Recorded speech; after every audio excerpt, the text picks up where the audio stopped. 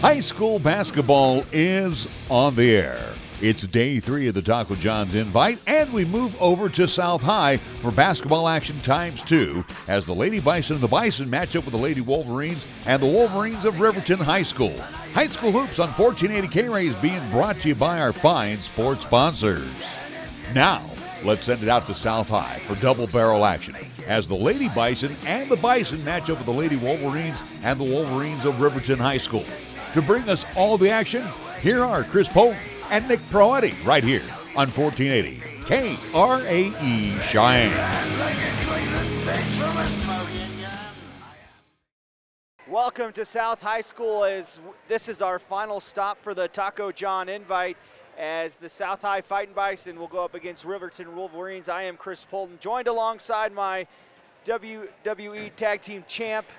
I don't know if we could say that again. That might be a little trademark that we get. But yes, at least the broadcasting tag team champs here again. Day 3, the final day of the Taco John's Invite. As we saw earlier, at least on Thursday, we were over at the Field House seeing Central High. Last night we saw fun, at least entertaining 2 games between at least the East High Lady Thunderbirds and East Thunderbirds. And here we are at South High Gymnasium getting ready to see the Lady Fighting Bison play host to the Lady Wolverines of Riverton. And at least after that game wraps up on boys action, South High, the Fighting Bison, will play host to the Wolverines of Riverton. So again, a lot of at least good basketball here yet to come on 1480 KRAE. At least kind of previewing these upcoming games. We'll start with the girls coming up, as also too Chris had a chance to talk with head coach Chad DeBryan. We'll hear those comments here in a few short minutes. But right now for South on both the girls and boys side, this is almost say kind of a makeup day, essentially. It's more of it's an opportunity to at least get back on the winning side, as it's been kind of a rough Taco John's Invite for both, at least the Lady Fighting Bison and the Fighting Bison here of Cheyenne South. Yeah, and for both South teams, next week they don't have a game, so this is going to be their last game for a little bit until they go to the, I believe it's the South East, South Central matchup in a couple of weeks. And so for them, this is how you can erase the bad taste in your mouth. Both the Lady Fighting Bison and the boys team have yet to win in the Taco John Invite. For the South Lady Fighting Bison, they've had a couple of bad luck games where some of it was probably self-inflicted, as you'll hear from Coach Chad DeBryan about it. But day 1 of the Taco John Invite, they had a 15-point lead over Rock Springs in the 4th quarter. They ended up losing that in overtime. And then they lost a tough battle against Alliance. Coach Chad DeBryan said, the fact that they were able to keep it that close with the size differential, it was something that they took as a positive. But for South, this is a game you want to win, because Riverton, moving up from 3A to 4A, this is a team they beat last year. And for a lot of these South High Lady Bison, they were on that team last year as well. Certainly, for at least, again, Riverton, something that we notice, only dressing 7 players. So, again, not going to be a whole lot of options on the bench for them. So this might be, again, as they've been competing here at the Taco John's Invite for all 3 days, they might be a little fatigued, might be a little winded. So we'll see how the Lady Wolverines come out in this contest. In South for the Lady Fighting Bison, this is a contest where they need to get back on the winning track, and hopefully they will against Riverton, the Lady Wolverines. We want to take this opportunity right now to thank all of our fine sports sponsors. And without them, we would not be able to bring you high school football, basketball, and LCCC basketball here on 1480 KRAE. I'd like to thank Baskin-Robbins, Cheyenne State Bank, Merit Plumbing and Heating, Chick-fil-A, Cheyenne Auto Repair and Service, the Gill Window Company, Best Western Plus, Frontier Inn, Little Philly, Jolly Rogers RV Sales and Service, Platte Valley Bank, Taco John's, who is sponsoring the Taco John's Invite this weekend, Marv's Plumbing and Heating, First Tier Bank, Big Apple Bagels, the Cheyenne Stampede, who are in action this weekend as they are down in Dallas, Texas. They are playing the Dallas Snipers down there in the Lone Star State. Pepsi of Cheyenne, who sponsors our Pepsi scoreboard, Medicap Pharmacy, Kia of Cheyenne, Lennox Auto Body, the Breadbasket Bakery, First Education Federal Credit Union, Fat Boys Tire and Auto, B&B Appliance and TV, Capital Lumber Company, Halliday Motors, and McGee Hernan Pies, LLP. Well, we'll take a quick break, and when we come back, we'll see the conversation that I had with head coach Chad DeBryan, a 1-minute timeout as you're listening and watching high school basketball on 1480 KRAE.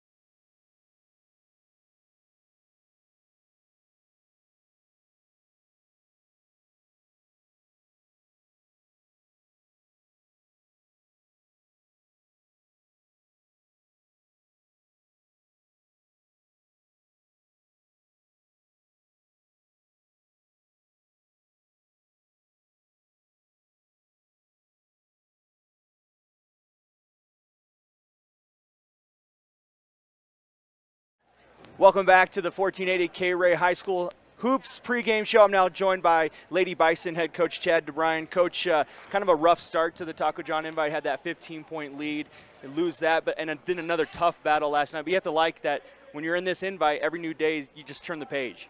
Yeah, and you know, we wanted to win both of those games, right, obviously, but you know, last night was something we felt really positive about. That was a big basketball team. They rebound the ball well, and we thought defensively and in terms of rebounding the ball, we did a great job. Yeah, that Alliance team can probably help you with teams like Central, teams like East that have the bigger bodies, so, and Kelly Walsh even. But so that's got to be nice to kind of give them a chance to see that in a game that doesn't mean quite as much. Yeah, and that was my comment to the girls after the game. We tried to stay really positive, and I said, a game like this is going to help us down the road. We may not see it right now at this moment because it hurts, but a game like that is going to help us grow and potentially make the state tournament. Coach, tonight or today, this afternoon, you got at Riverton. They're same boat. They're 0-2. Big opportunity to end the weekend on a positive note, and how important would that be just for your ladies, just for some confidence going into conference starting next week?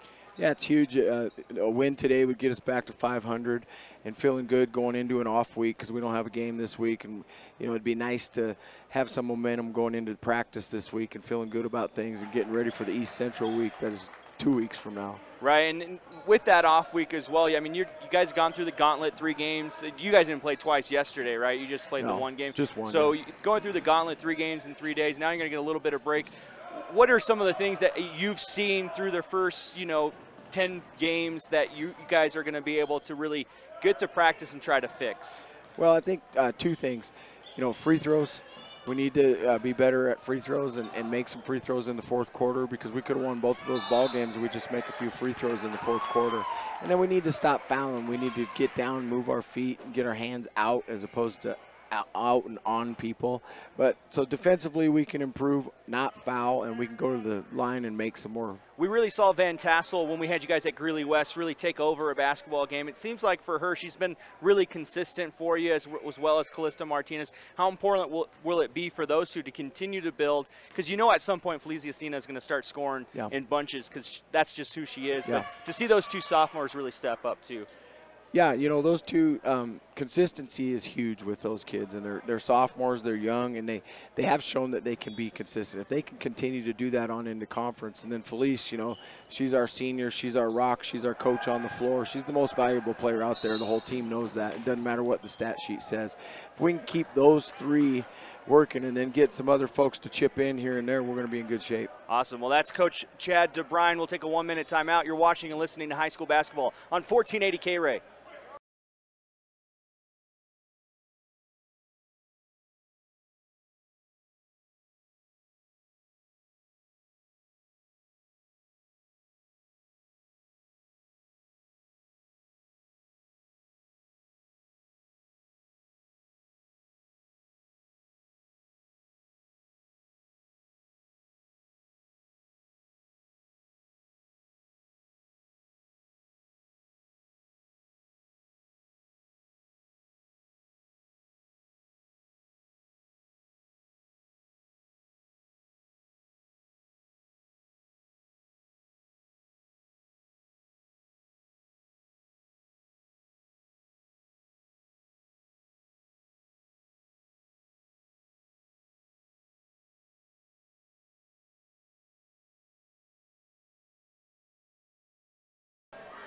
Welcome back inside South High School. We're in the Fighting Bison Gymnasium as Riverton and South get set to do battle. Let's take you first through the Riverton Wolverines starters. Their head coach Travis McIntosh, 2-8 on the season. His starters will be senior number 1 Sid Bradley, 2 points, 2 rebounds a game. Junior number 4 Alexis Motisi, 10 points, 4.5 rebounds. She's their leading scorer. Senior number 5, Carly Flanagan, 6 points, 4.5 rebounds. Senior number 14, Sam Goddard, 3 points, 2.5 rebounds. And then a junior number 22, Acacia Menner, 7 points, 4 rebounds per game. They shoot 27% from the field, 36 points per game. 57 is what they're giving up. They're shooting 20% from behind the arc, 57% from the free throw line. We'll take a 1-minute timeout here and come back and have the starting lineup for the coach Chad DeBryan and South Lady Fighting Bison after this 1-minute timeout as you're watching and listening to high school basketball on 1480 KRAE.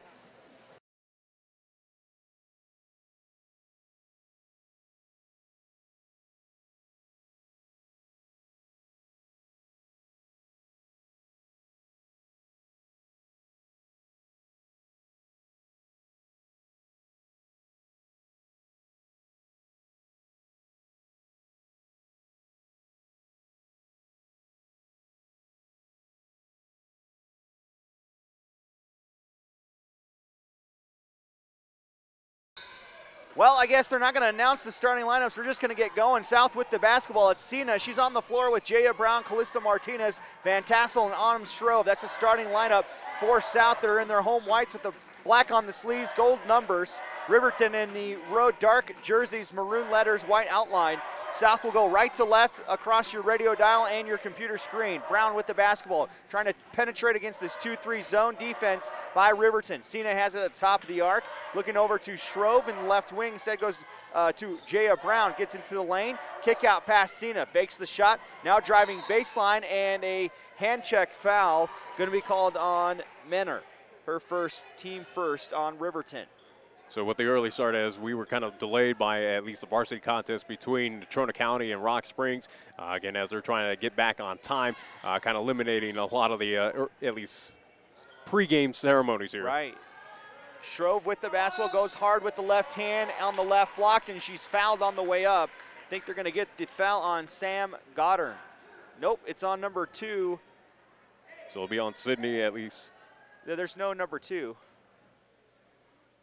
Oh, 22. They're going to call it on Menor. That's her second then.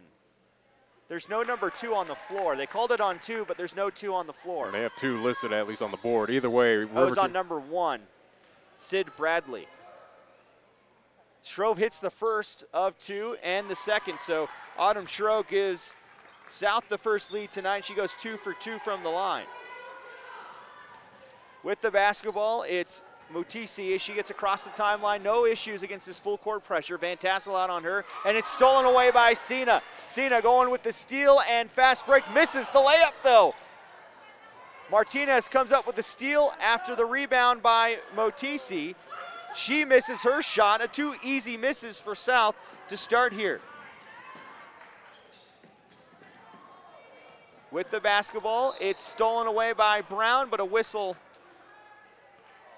And I think a hold call. See if he gets the number right this time. Fouls on 2, Callista Martinez, her first, team first on South. 2-0 our score. We're a minute 8 in to our contest.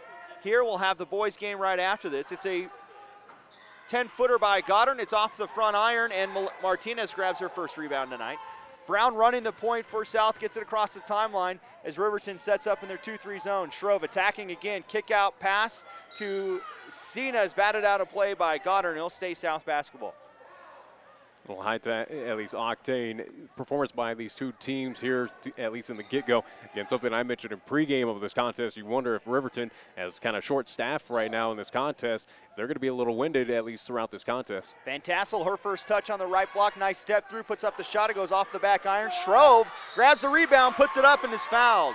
So Shrove, one of the smaller players on the floor, does a great job boxing out and getting herself to the line to shoot 2, and that is on Menor. That's her second, team third. So 3 quick fouls, 3 early fouls here for the Riverton Lady Wolverines. Free throws coming for Shrove. Before those first 2 coming into the Taco John invite, she was 35%. The first one short off the front iron. Coming out of the game is Menor. Into the game is senior number 21, Macy Post, who plays the post. And do want to update folks again. We at least originally saw 7 dress players for Riverton. There is actually 8.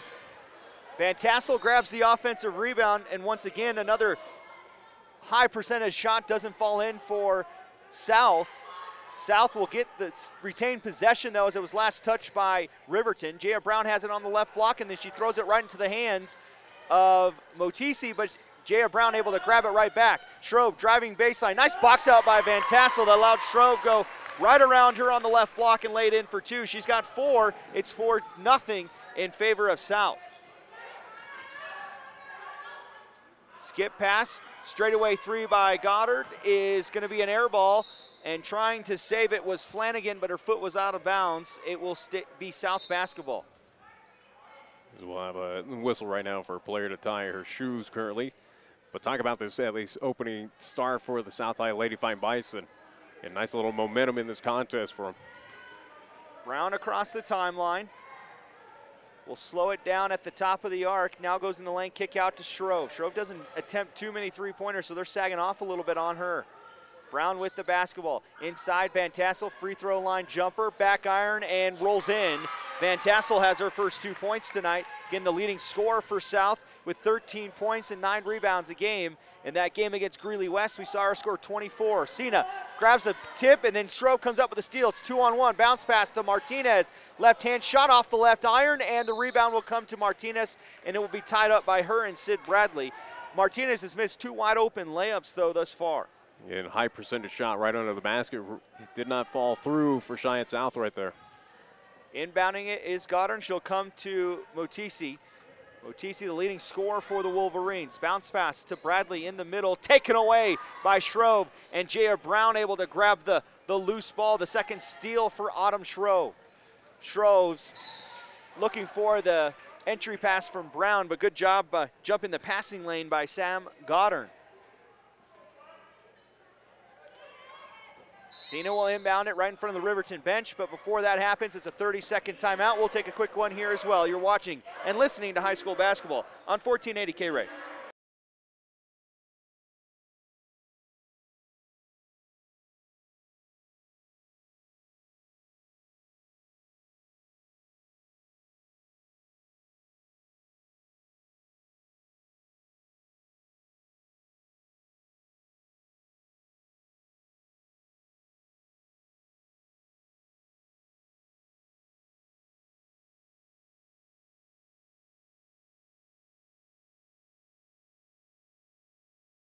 Six 0 South with the lead. We're about 2 minutes 50 seconds into this first quarter, and Nick, it could be about 10-12 nothing if South could just make some easy layups. Yeah, certainly. Again, those high percentage shots that should be at least falling through for South High, at least trying to get out those offensive woes, at least kinks so far early in this contest. But at least for the Lady Fighting Bison, 6-0 run here to start out this contest. Good defense thus far for the Lady Fighting Bison.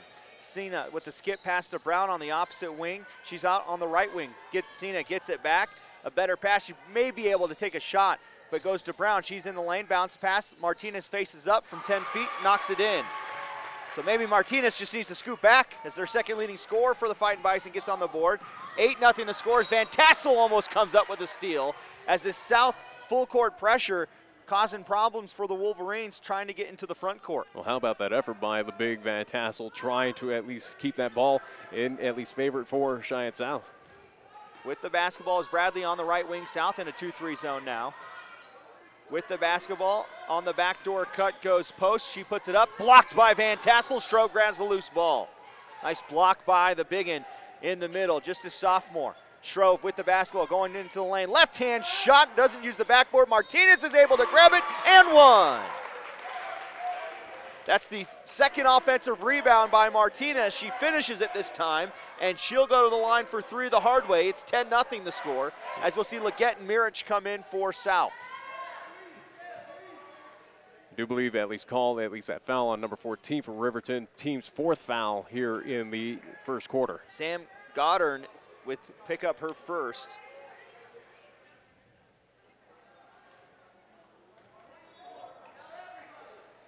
Martinez with her and one opportunity, nothing but net for Callista Martinez. 70% on the season coming into the Taco John invite. She's got 5.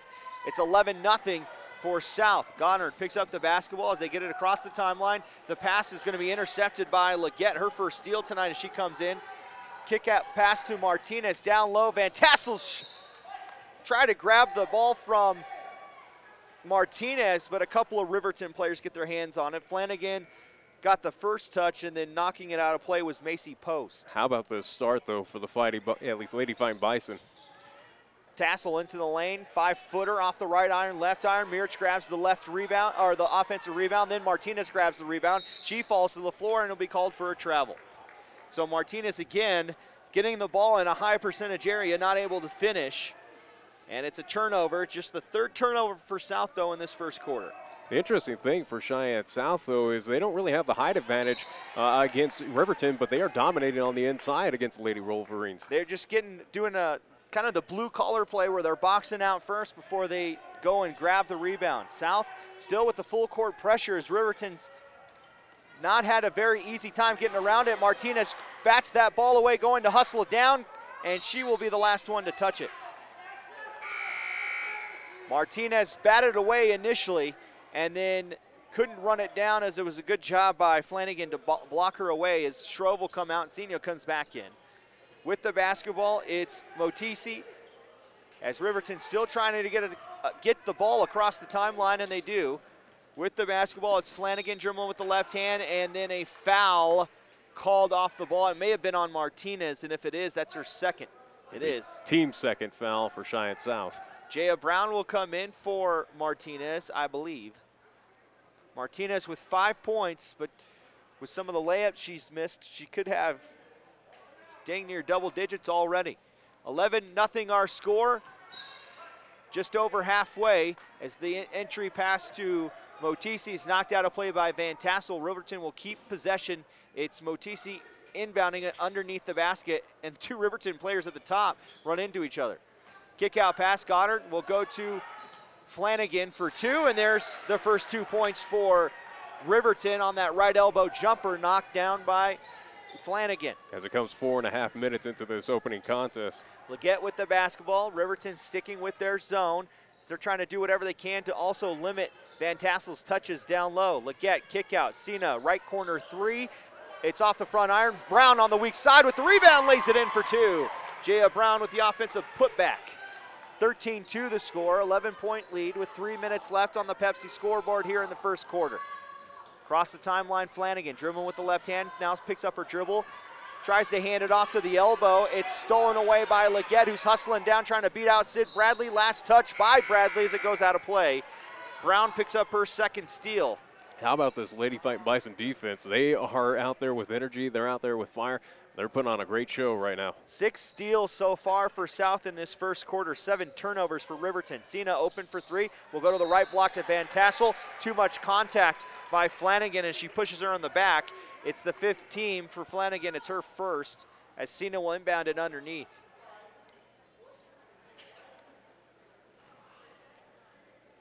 Just another opportunity for Cheyenne South to extend out this lead, this already double-digit lead. Van Tassel gets it, nice seal, turnaround jumper, bank shot up and in for Van Tassel. Van Tassel, a 50% field goal shooter, so very much a finisher when she gets it into the paint. Minner with the basketball goes over to Motisi, but she's going to be fouled on the play by Mirich. So that'll be the 13th foul called on Cheyenne South. For Mirich, her first. It's a 15-2 score in favor of the Fightin' Bison. And the ladies have come out quickly here in this first quarter. Bradley with the basketball goes over to post, and she walked as she was trying to get it over a couple of the defenders. That's the 8th turnover of the quarter for the Wolverines. And Jaya Brown will look over at Coach DeBrine for the play call with a 15-2 lead. Leggett has it up high on the left wing. They'll reverse court as Jaya Brown looks one way, goes the other way. So trying to get this zone defense moving back and forth. Also trying to get Van Tassel on the high post. It's the pass from Cena stolen by Motisi. She's trying to go coast to coast, right in the right hip of Brown, and she gets the bank shot to fall. It's her first 2 points tonight. It's a steal and 2 for Motisi. 15-4 the score as Leggett stepped out of bounds. A turnover for South as Jaya Brown's pass may have been a little bit too long for Leggett. Goddard will come back in for Riverton. Macy Post will take a seat for the Lady Wolverines. Kind of quick, at least 2 quick turnovers by Cheyenne South. Kind of a rarity here to start out this game. Mentor with the basketball will go back to Flanagan. Flanagan, they need to start pushing the ball into the front court. It's stolen away by Mirich. Another steal, another turnover. Brown trying to get into the lane. Kick out pass. Cena fakes the three. Goes to Leggett. And then Mirich has it on the right wing. They're trying to go to Van Tassel, but it's they're just sinking in on Van Tassel in this 2-3 zone.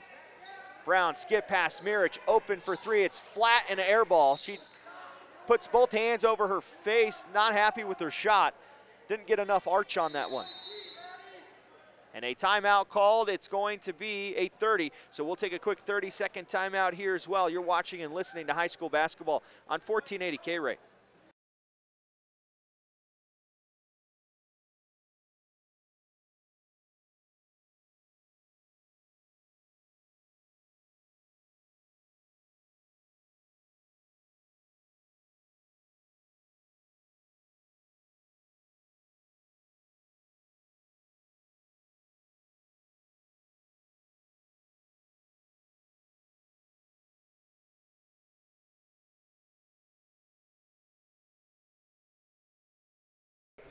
South High with a quick start here in this first quarter. They're up 15-4 over the Lady Wolverines, Nick, and it could be a lot worse than 15-4 too. It certainly could be, but I think Chad DeBryan's got to be happy with the start that his Lady Fighting Bison are putting out right now. Again, it's a team that has struggled so far this weekend here at the Taco John's Invite, and they're coming out playing here in this afternoon. A team that's looking to at least reverse those fortunes. With the basketball is Mo TC. She will slow it down. Bounce pass to Bradley, nearly taken away by Cena for South. Motisi on the right wing, skip pass over to Menor. Menor looking into the lane. Instead, will kick it out to Bradley. Flanagan on the left wing as he try to go high-low, and calling for it is Motisi, but they don't give it to her. And it's a lob pass out of play. It's the 10th turnover for Riverton as the pass from Flanagan was over the head of Bradley. Cannot give enough credit to this Lady Fight Bison defense. They're out there swarming. They're putting a lot of pressure on Riverton. And again, it's caused a lot, as you mentioned, double-digit turnover so far here in the first quarter. Kenzie Stensas will come in for Van Tassel. Van Tassel earning a rare break. When we saw him against Greeley West, she never came out of the game. Leggett with the basketball, skip pass over to Cena, dribbles with the left hand. Now will reverse court, almost taken away by, that's Motisi. Jaya Brown into the lane, met by two Riverton players, and we got a foul call. Oh no, it's a 3-second violation on Mirich. So it's another turnover, the 5th for South High. 44 seconds left here in this first quarter. 15-4, South with the lead over Riverton. Motisi with it, bounce pass to Flanagan in the right corner, jabs one way, gets into the lane, puts up the right-hand shot. She's fouled, it's an air ball. And I think, well, you can hear Mirich, well, in the video, you can probably see her mouth it saying that she had hit all ball. It's the second personal, 4th team. As Flanagan will go to the first time, will go to the line for the first time for the Wolverines. First one on the way, nothing but net. She's a 64% free throw shooter, 22 of 34. So see Mariah Pena come in as well for Jaya Brown, and Autumn Shrove is also back in as Mirich will take a seat with her 2 fouls. Her and Martinez both with 2 fouls in this first quarter. Couple of dribbles to the floor for Flanagan. She puts up the right-hand shot, and that one rattles in. She goes 2 for 2 from the line. She's got 4 points, 15-6 the lead in favor for South. Shrove with the basketball on the right wing. Lob pass over the long arms of Motisi. Now Pena has it, goes to Stensas, then kicks back out. Almost got by Pena. Leggett with the basketball as Shrove trying to sneak in towards the backside with that back line playing a little bit higher. Shrove and Leggett run into each other. 9 seconds left in this first quarter. Shrove may have gotten away with the walk. Cena has it in the right corner. She puts up the 3 ball. It's an air ball, and the rebound will come to Bradley. Stolen away. Shrove puts up the shot and wouldn't have counted anyway. We're through 1 quarter here at South High School. South with the 15-6 lead over Riverton. We'll take a 1-minute timeout. You're watching and listening to high school basketball on 1480 KRAE.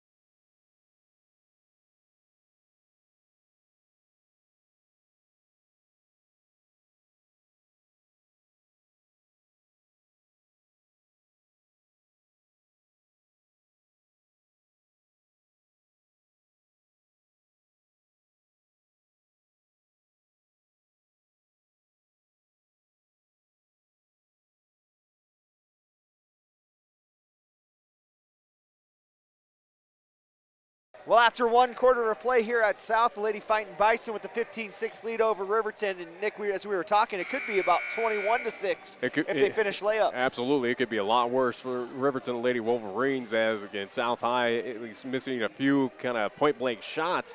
But right now, I think for Coach Chad DeBryan, very happy at least heading into the second quarter with a 9-point lead over the Lady Wolverines. Again, I think for Coach Chad DeBryan, he's got to be very happy of what defensive effort Lady Fighting Bison have been putting on so far. South will start with the basketball with their starting 5. Senior Brown, Martinez, Van Tassel, Shrove on the floor. Starting 5 out on the floor for Riverton as the entry pass to Van Tassel is knocked out of play by Flanagan. It's Bradley, Flanagan, Motisi, Goddard, and Menor on the floor for Riverton. Cena to inbound it. On the baseline, lob pass to Martinez at the top of the arc. Martinez dribbles with the right hand, goes to Van Tassel. Nice give and go, but then Martinez loses the handle on it. It was a great idea, a great cut by Martinez, but she couldn't get the handle on the handoff. So instead it will be Riverton's basketball. The 6th turnover for South. For Riverton, they had 10 in the first quarter. Full court pressure still for South as men are looking for someone to get open. Gets it into Bradley. Bradley will give it back to Acacia Menard.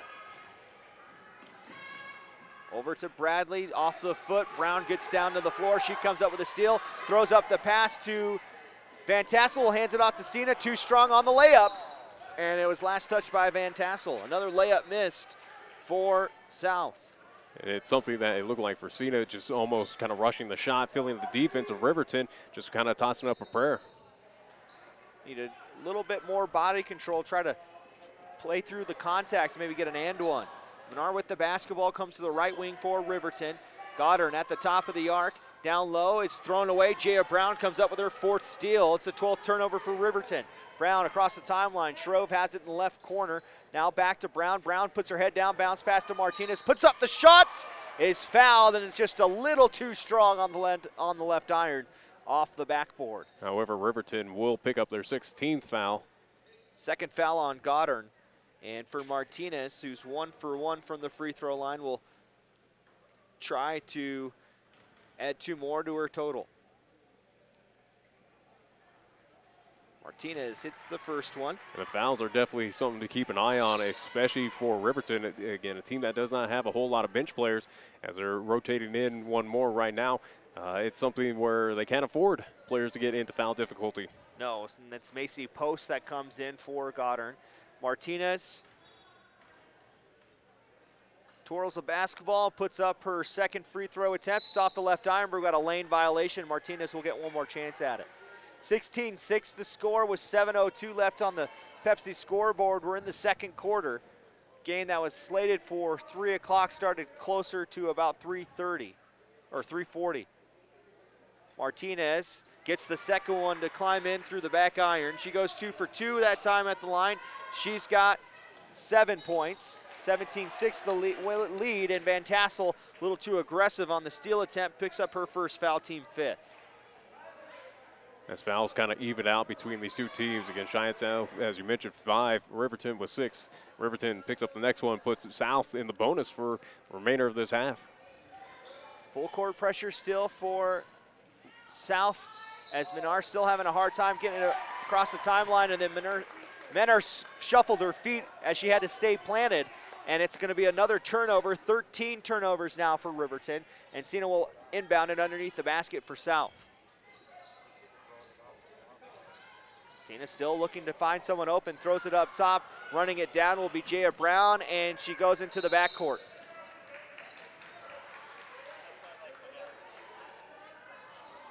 It was that kind of moment right there for Cheyenne South where either you let the ball in Riverton take over, or either, again, have the turnover. Either way, it was not a good situation for the Lady Fighting Bison there. Well, I think she saw it late, but that line where the Bison's head is, you lose track of where the half-court mark is, and I think Jaya didn't realize she had to stop before she made the touch. Motisi has it, Flanagan kicked outside. She puts up the right-hand floater. It's off the back iron and then fouled on the way up by Jaya Brown. It will be her first, team 6, as Flanagan will go to the line to shoot 2 more, where she's 2 for 2 today.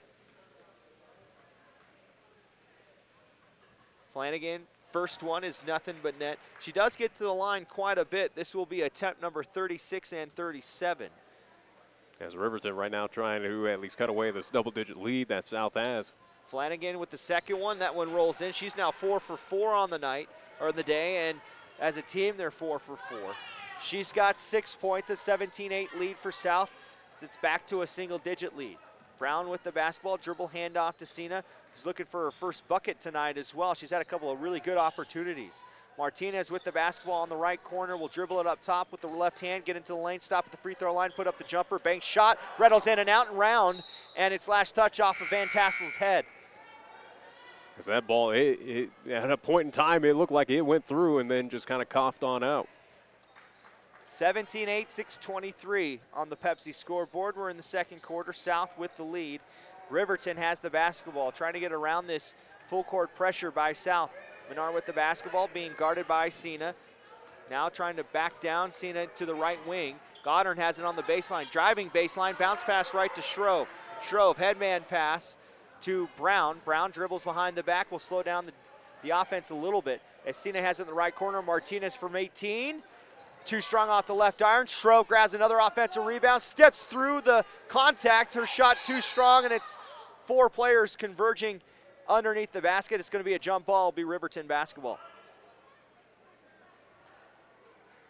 Do believe that was fantastic. Yeah, at least reaching out and again getting that jump ball opportunity. Possession error in favor of Riverton, so they'll have the basketball. Bradley will get it across the timeline with Brown reaching in and slapping her hands in frustration as Brown picked up her second foul, and that's going to send Bradley to the line to shoot 1-1 as that's the 7th team. So Riverton will be in the bonus for the remainder 5:48 here in this first half.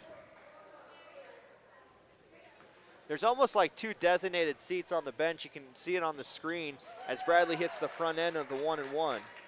But that's where the players go when they have 2 fouls, I think. So that way they don't try to sneak themselves back in the game maybe. Bradley misses her second one. The rebound will come out to Cena for South. It's a 17-9 lead, 8-point lead now for South as Martinez has it, puts up the 5-footer. It's an air ball, and the rebound will come to Leggett. Leggett from the free throw line banks it in. So that's a rare offensive rebound that turns into a bucket for South as they've been doing a good job on the offensive glass, just haven't been able to put it in the basket. Well, it ends a bit of a cold streak for Cheyenne South there on the offensive side.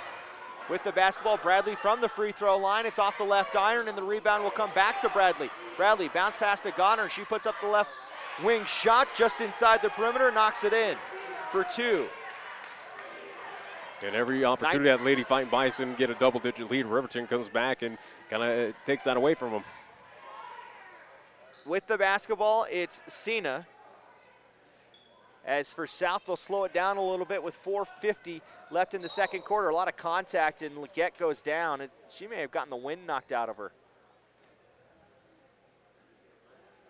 And actually, the other player, I think that was Post. Post is a little shooken up as well. Post will be the guilty party, and for Leggett, she's supposed to go to the line to shoot 1-on-1, but if she's injured, they're going to bring in somebody to shoot the free throws for her. It looks like it'll be there's 2 players down there. It must be Mirich and Brown that are down there. So one of them will have to attempt the shots. As you mentioned, Post, she'll pick up her first foul, team 7th foul called on Riverton. So at least for Cheyenne South, will be in the bonus. Leggett able to walk off under her own power. Mirich comes in for Martinez, and Jaya Brown will come in. And I believe it should be a 1-on-1. And they're going to say Jaya Brown is going to be the shooter. As they're going to talk with Chad DeBryan right now to see who is going to be that shooter. And it looks like for Macy Post, she's sitting down on the baseline in front of the bench. Looks like she's trying to stretch as they'll get a trainer to go over there and check her out. And I think she had the wind knocked out of her as well. She was kind of grimacing as she was walking at least out of bounds towards the Riverton bench. So a 1-on-1 opportunity as Brown puts up the free throw. It hits the front iron. Grabbing the rebound is Van Tassel, but they're going to say no shot. It's a foul before the shot went up. And the foul's on Flanagan, her second, team's 8th. and that will send Van Tassel now to the line to shoot 1 and 1. As you hear, again, a small contingent of Riverton fans here not too happy with that call. Or it could be South fans not happy that they didn't give her the N one. One or possibly. The other. 19-11 the score. Van Tassel's free throws, nothing but net. She'll get one more. She's a 60% free throw shooter on the season, 18 of 30 now. She'll have one more coming.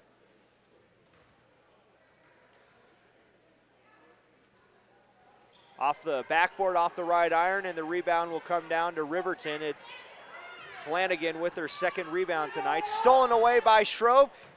First shot goes off the backboard and then back to her and then hands it off to Cena for the easy two. Cena's on the board with her first 2 points tonight. A lazy pass right there by the Lady Wolverines, and it cost them.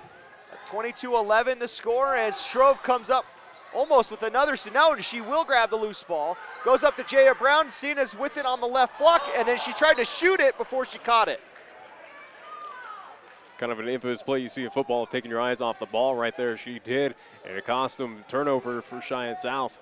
Between Shrove and Brown now, there's 8 steals between the two. Both have 4 each.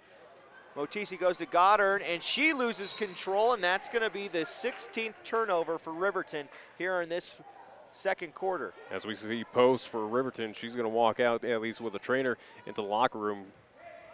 So that means now just 2 on the bench for Riverton. Brown with the basketball goes to the right wing to Mirich. Mirich with 2 fouls, and then she just tosses it to nobody. A little miscommunication on the floor right there for the Lady Fighting Bison. I don't know if Jaya Brown was supposed to flare or what, but that pass was, the bench for Riverton had the best opportunity at that. They're under 4 minutes as Menor just dribbles it off her foot. Now it's starting to get a little bit sloppy, Nick, as both teams have gone 3 straight possessions with turnovers. Yeah, both teams at least being a little careless right now with the basketball.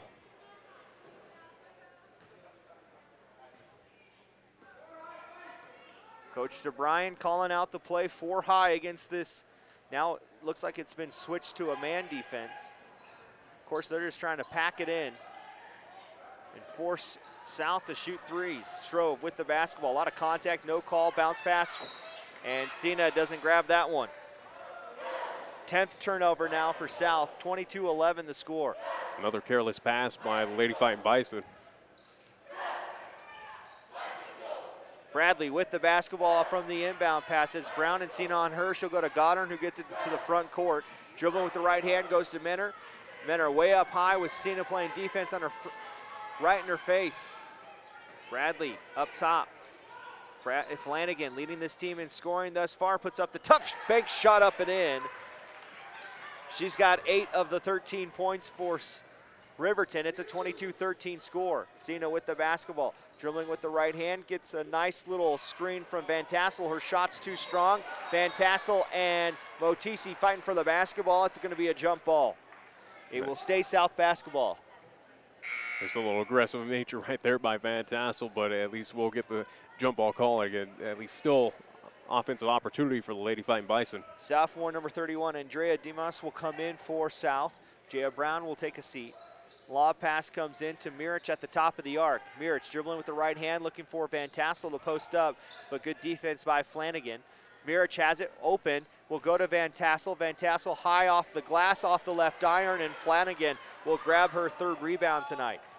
Motisi across the timeline, 2:45 left here in the second quarter. Kick out to Goddard. Goddard will put up the 3 from the left corner, off the backboard, off the back iron. Motisi grabs the offensive rebound, and then a jump ball called by the official underneath the basket. So we'll stay Riverton's basketball. It's going to be a timeout. Yeah, timeout called by Riverton. And we'll see what kind of. It's going to be a full timeout, so we'll take a 1-minute timeout here as well. You're watching and listening to high school basketball on 1480 KRAE.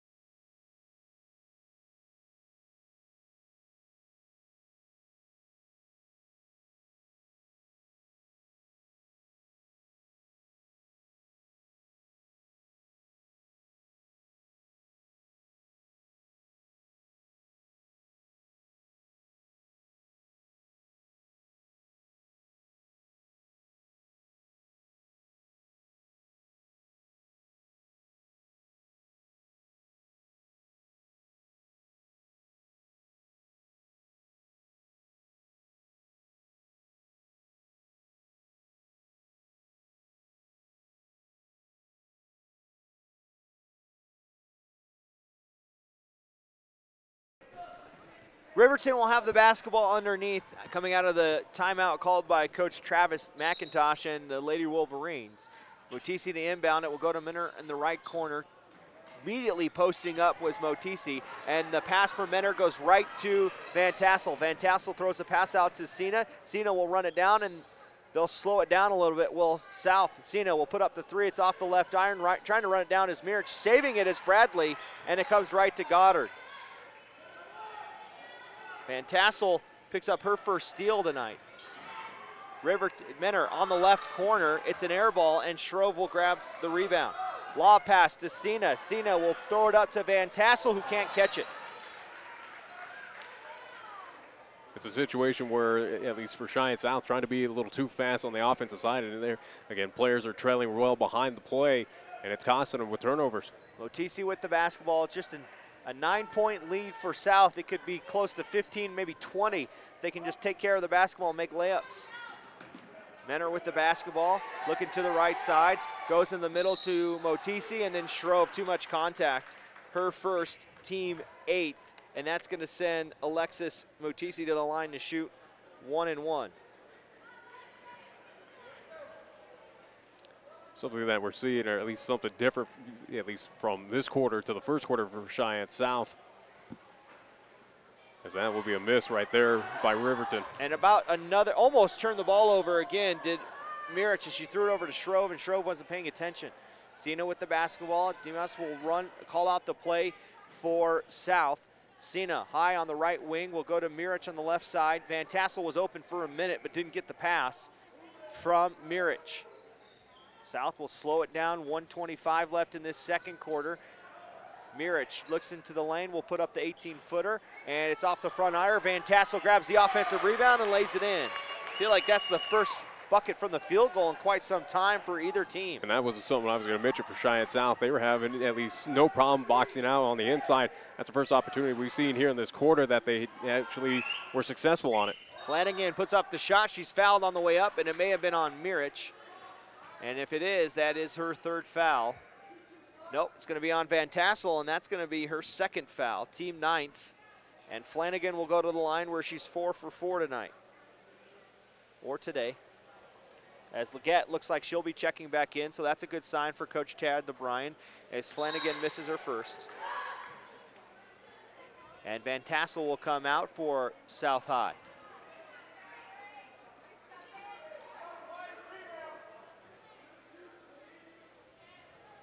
Flanagan with one more free throw opportunity, puts that one up and nothing but net. She goes 1 for 2 that time at the line. Still, however, a 10-point lead for the Lady Fighting Bison. Leggett almost loses the handle for South. Here comes Shrove. Nice crossover into the lane, 5-footer off the right iron, and the rebound comes to Motisi. And then trying to grab the ball with Shrove and Mirich, and Motisi being strong with the basketball. As the foul will be called on number 3, Mirich, and now that is her third foul. Team 10th, so it'll be 2 free throws coming for, I believe it's Alexis Motisi. And 48.3 seconds remaining in this contest. First free throw rolls in. Excuse me, in this first half. You would only wish, huh? After 3 days. I wouldn't mind again, at least give the Lady Fighting Bison the win right now. 24-15. Motisi with the second one on the way. Nothing but net, or not nothing but net, climbs in through the front iron. 24-16, Riverton's done a good job to really be scrappy enough to keep this one close. Cena into the lane, right-hand shot, kisses off the glass, but off the right iron. Long rebound comes out to Shrove. Shrove's got 6 rebounds, but then turns it over. Here comes Motisi, bounce pass to Bradley. There's 32 seconds left. Menor has it at the top of the arc, will slow it down. That pass is nearly taken away, saved, and Andrea will come up with the steal for South, and then almost, oh, she did travel. They will call that again, as you saw a little stutter step there as she was feeling the pressure by Riverton. Got 19 turnovers for Riverton, 13 for South. As it hasn't been a clean game by either, at least so far this afternoon. Really, it's the second quarter where South has not looked as sharp as they did in that first quarter. 24-16 the score. It's in the left corner for Goddard with now 10 seconds left. And she picks up her dribble. Leggett with the batted down pass. Shrove has it, 2 seconds. Goes over to Stensas, puts it up. It counts if it goes. It's off the left iron.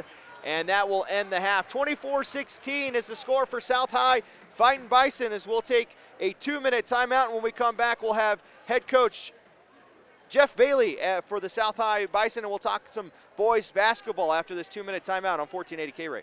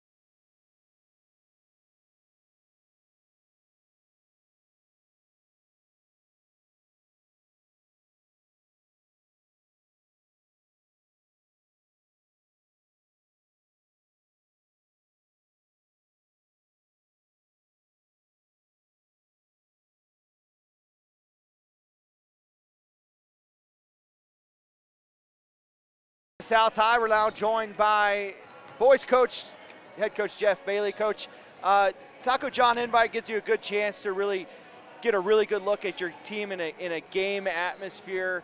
Not a great start to the Taco John invite, but a great opportunity here tonight against Riverton. How excited are you? At least every single day is a new day, a chance to get better. Yeah, I mean, I think in terms of wins and losses, it certainly doesn't look very good for us right now, but I've been proud to see the progress that we've made with this very young team and a team that's faced a lot of early adversity. And as long as we continue to try and get better, you know, that's all we can ask for at this point. As far as just the rotation goes, I mean, obviously, anytime you come to a new school, your first year, you're trying to implement your system, your place.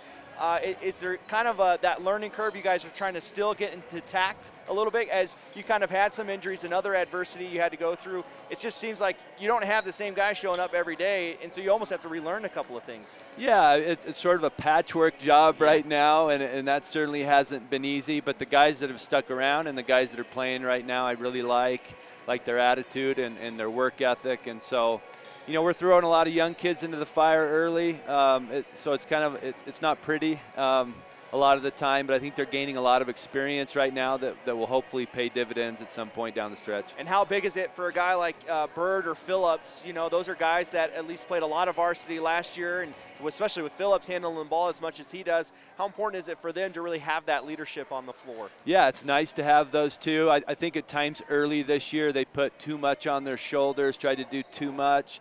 I think they've settled into things a little bit better the last couple games. And you know, the main thing I want to see right now is that we're competitive, and I think we've been fairly competitive the last couple games, even though, you know, the score yesterday didn't really indicate that. But, you know, we hung around with a really good team, I thought, for the majority of the game. And so that's what you want to see. You want to see the kids can be competitive, and you can hopefully make some strides as the year goes on. And record-wise, you can see Riverton, they're having probably that same struggle as probably you guys have, trying to find. I know they've probably lost quite a few players from last year, but you come into this last game before you have a nice sizable break. I mean, any kind of emphasis on kind of you don't want to say a must win, but as far as non-conference goes, you'd love to end the Taco John invite with the win. Any type of talk with your team as far as that goes coming into this one? Absolutely. You know, I'm a very competitive person. And moral victories today probably aren't going to make me feel very good. So we've talked to the kids about that, and they want to win. And I'm happy that they're unhappy about losing right now, and that shows me something too. So, yeah, definitely to be able to end with a win would be good, and it would be good to get into a couple weeks of practice and prepare for the conference. That's season. Conference. That's right. Well, thank you very much, Coach Bailey. That is head coach Jeff Bailey. We'll take another 2-minute timeout. You're watching and listening to high school basketball on 1480 KRAE.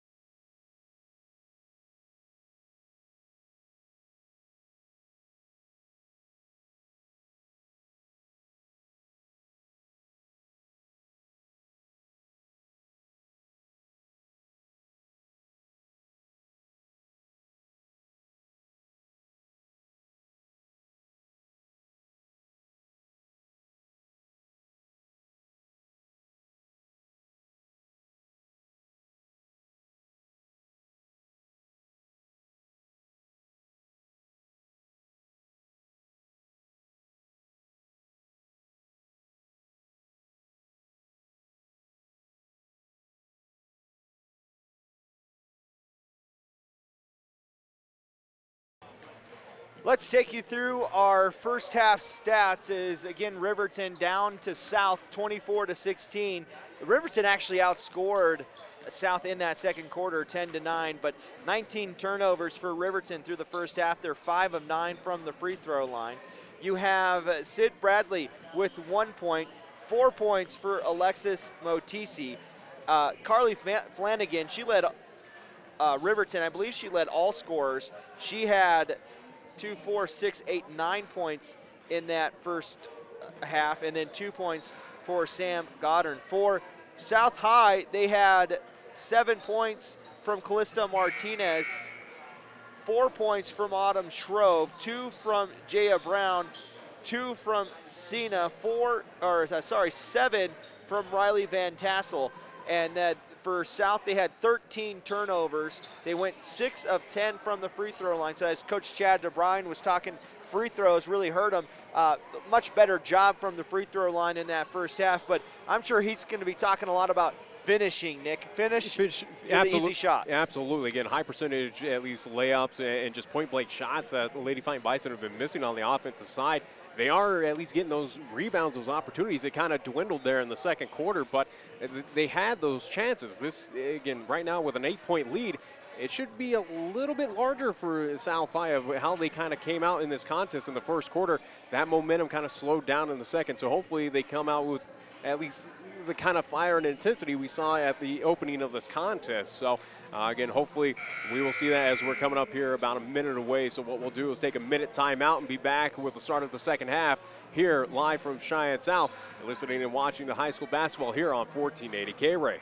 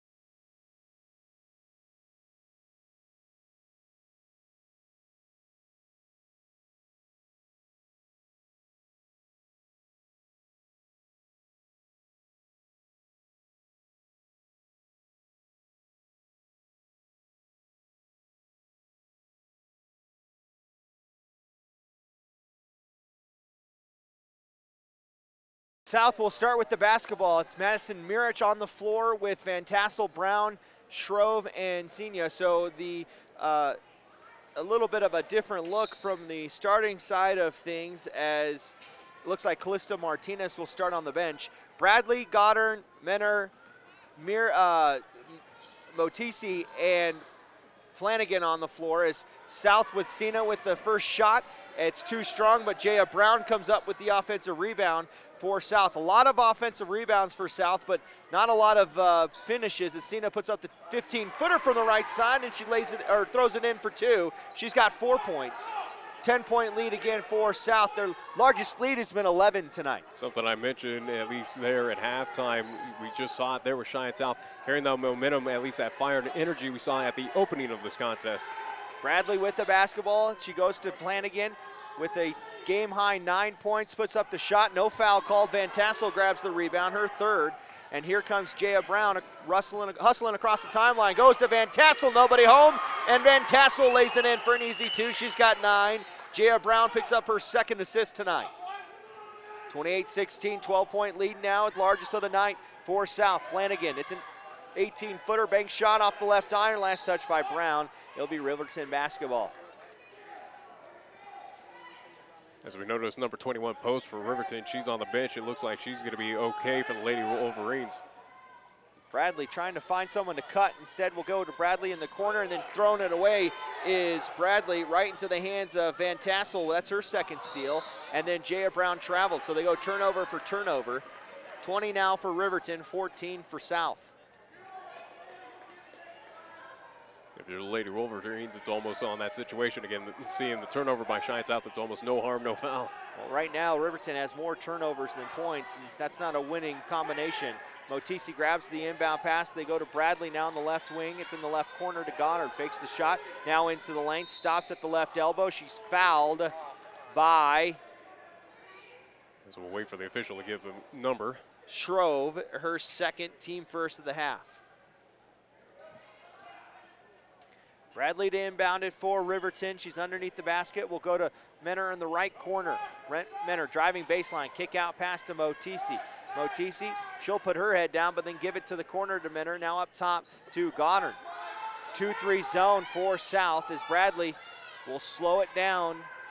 No team, or for Riverton, they have yet to score here in this third quarter. Bradley into the lane. She traveled. 21 turnovers now for Riverton.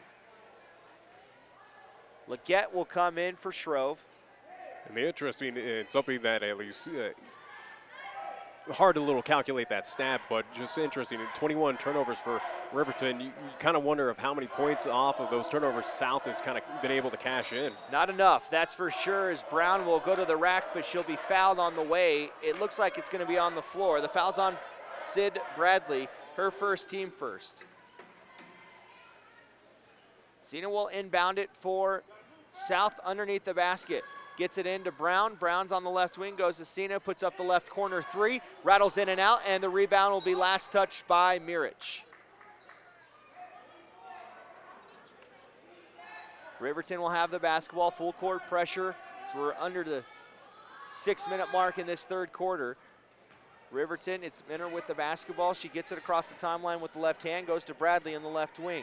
Dribbling with the right hand, down low. Goddard's ball is blocked by Van Tassel. Leggett grabs the rebound. Van Tassel running the floor on the right block, banks it in, and here comes Van Tassel. She's starting to heat up a little bit. She's got 4 points in the quarter. It's a 14-point lead, largest for South. Menor on the right corner, puts up the 3 ball, nothing but nets. Menor with the first bucket for her tonight and the first 3 ball in the game. That kind of hurt the momentum right there for Cheyenne South, seeing that 3 go, at least fall through for the Lady Wolverines. Cena with the basketball. It's a 30-19 score. Nice seal by Van Tassel and a great pass by Cena. It's a foul. It's a bucket and 1 for Van Tassel. Cena will pick up her first assist tonight. So that'll be team second foul called on Riverton in this half. For Motisi, her first, as Shrove and Martinez will come in.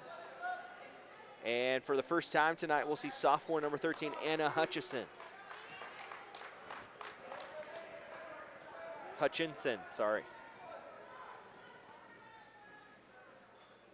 So Van Tassel with the and-one opportunity. It's off the back iron, and Minner grabs the rebound for Riverton. Walks it across the timeline. Nobody picks her up. Straightaway three for Minner. It's off the back iron. Leggett grabs the rebound. A lucky break for South. There's Shrove running the floor. Nice step through, but it's taken away by Minner. It's a turnover, and then Bradley will give it right back as she loses control of it. Again, that kind of quick pace that Cheyenne South is trying to do right now on the offensive side, it's starting to at least cost them a bit. Again, kind of getting a little careless with the basketball, something that became a very bad trend there in the second quarter. Martinez looks to inbound it, gets to Tassel in the right corner, and then back to Martinez, gets into lane, puts up the shot.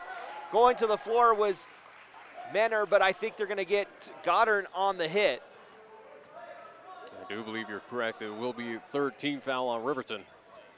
Goddard, her third, team third. It's underneath the basket. So they're going to say the foul happened on the floor. No, now the official's going to say shooting two. So Martinez will go to the line to shoot two. She's 3 for 3 on the night. And for Callista, she had 7 points in that first half. Second on the team, averaging 11.5 on the season.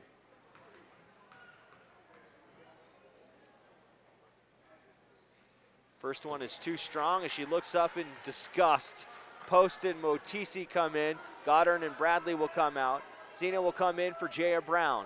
For South, 32-19 the score in favor of South with 4:52 left on our Pepsi scoreboard here in the third quarter.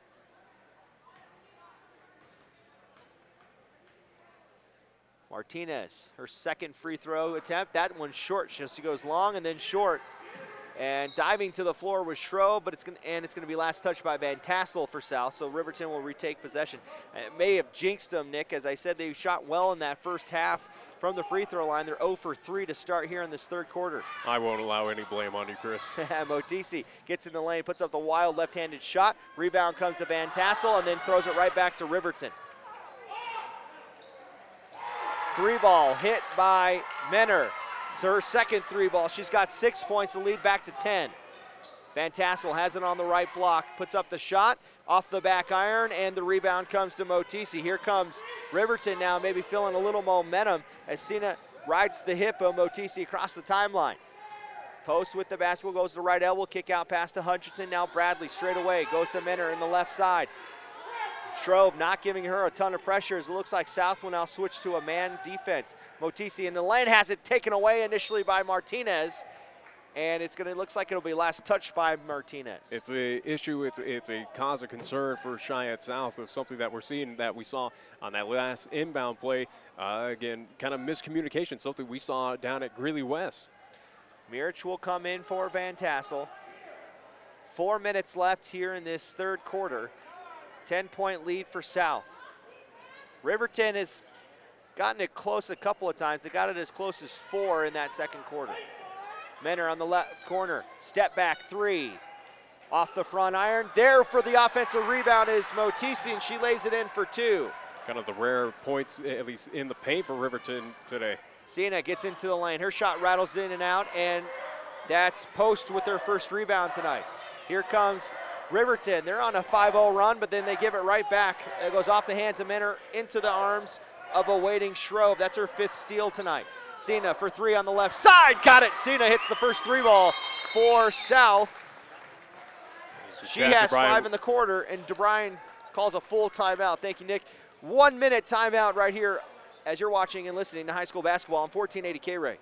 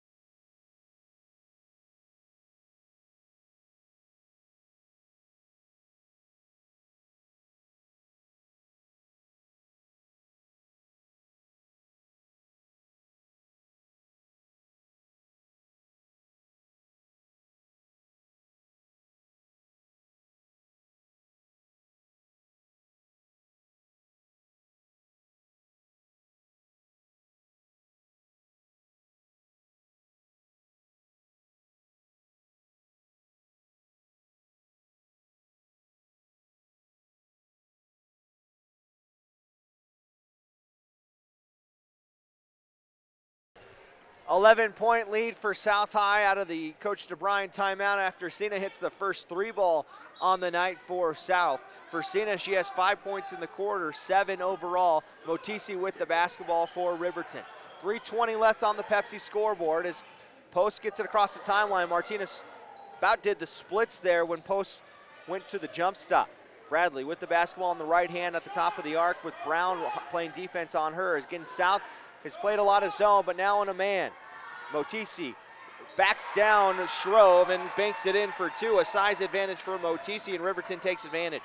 35-26 as Martinez dribbles it, bounces it off the foot of Post. It'll stay South basketball. She tried to go bounce past to Van Tassel, who checks back in. And kind of a lazy pass there by Cheyenne South, almost cost them. Shrove will inbound it for South. Bounce pass, right block to Martinez. She puts up the shot and one. Fouls on Post, her second, team 4th, as Martinez has 9 points now, as Minner will come in for Bradley. And again for Riverton, as these players rack up the fouls, it's something to keep a close eye on of who's getting close to that foul difficulty. Again, Riverton, not a whole lot remaining on the bench for them. Martinez trying for 3 the hard way. That one rolls in through the front iron, and she'll get the free throw to fall through. Their first free throw in this quarter that they're able to hit. They're now 1 for 4. With the basketball is Hutchinson. She picks up her dribble and then you get it across the timeline, and Goddard will get it into the front court. Motisi with it on the left wing. Gets around Shrove, now into the paint, kick out. Bradley, 18-footer from the right side, rolls in. Her 3rd point tonight, and it's a 38-28 lead for South now. Seemed like a lot of standing around for the South High defense there. Sina with it as they try to get Van Tassel a touch in the paint. Minner playing right behind her. South now slowing it down just a little bit on offense as Martinez gets in the lane, puts up the right hand, shot rolls in. So Martinez with 5 straight points. Lob pass to Motisi, who's hustling down the floor, puts up the left-hand lay-in, and Riverton caught South sleeping. 40-30 the score. 1:55 left in the second quarter. Yeah, we see both offenses coming alive right now. Getting it with a lot of easy buckets. Martinez down low. Van Tassel has 2 on her, puts up the shot. She's fouled on the way up. And I think that's going to be on Acacia Minner. If it is, it's her 3rd. No, it's on 13 Hutchinson, her first, team 5th. Yeah. Van Tassel 1 for 3 at the free throw line tonight. Even though I know it's still light out, I'm just going to keep saying tonight because, well, I've sold out to it. Van Tassel hits the first. It's dusk, so we'll call it nighttime. Yeah, right. Leggett will come in for Shrove. Post comes out, and for the first time tonight, we'll see junior number 42, Jordan Hanway, for Riverton. Van Tassel goes 2 for 2 at the line that time. They're now 8 for 16. Van Tassel, the first player in double digits. She has 15 so far. That's a game high.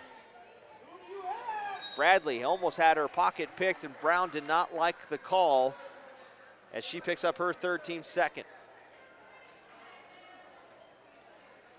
And second team foul call on Cheyenne South with 1:32 left here in the 3rd quarter. Mariah Pena will come in for, I think, Brown, just to kind of cool her off a little bit.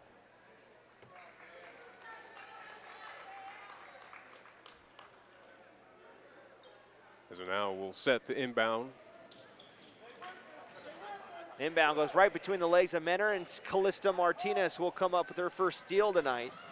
24th turnover. Martinez gets in the lane, jump stop from 5 foot, and banks it in for 2. She's now she has 14 now. She has 7 in this corner. Minner, left wing 3, nothing but net. As Acacia Minner now has 3 3-pointers in this quarter. 11-point lead though still for South with 1 minute left in the 3rd quarter. Leggett with the basketball, nearly taken away. It is taken away by Minner. Minner looking for the steal and 2, puts up the left-hand shot, and it rolls in. And it's now found a little momentum right now for the Lady Wolverines. Martinez has it on the right wing, gets into the lane, lob pass over the head and into the hands of Bradley. It's another turnover. The 18th, Leggett almost takes it away from Bradley's. We're at 38 seconds left here in this third quarter. It's a 9-point lead for South. Hutchinson with the basketball. Goes over to Menor, now Motisi on the right block. She's fouled on the way up. So Motisi will go to the line to shoot 2. And not to compare things, but again, right now South having at least the lead. It's something that earlier in the Taco John's invite had, as you mentioned, 15-point lead and at least lost in overtime on day 1 of the Taco John's invite. Motisi's first free throw rolls in. She's now 3 for 4. As a team, they're 6 of 10. As Hutchinson and Menor comes out, Post and Goddard will come in for Riverton. Lead cut to 8 with 25.5 left. Make that 7 as Motisi goes 2 for 2. Leggett across the timeline, goes to Martinez on the right wing. Gets around, tries for the reverse lay-in, misses the shot. Pina grabs the rebound, goes to Van Tassel. Martinez for 3 on the left side, is fouled. She'll go to the line to shoot 3. The shot was an air ball, and for Goddard, she just picked up her 4th foul, team 6th.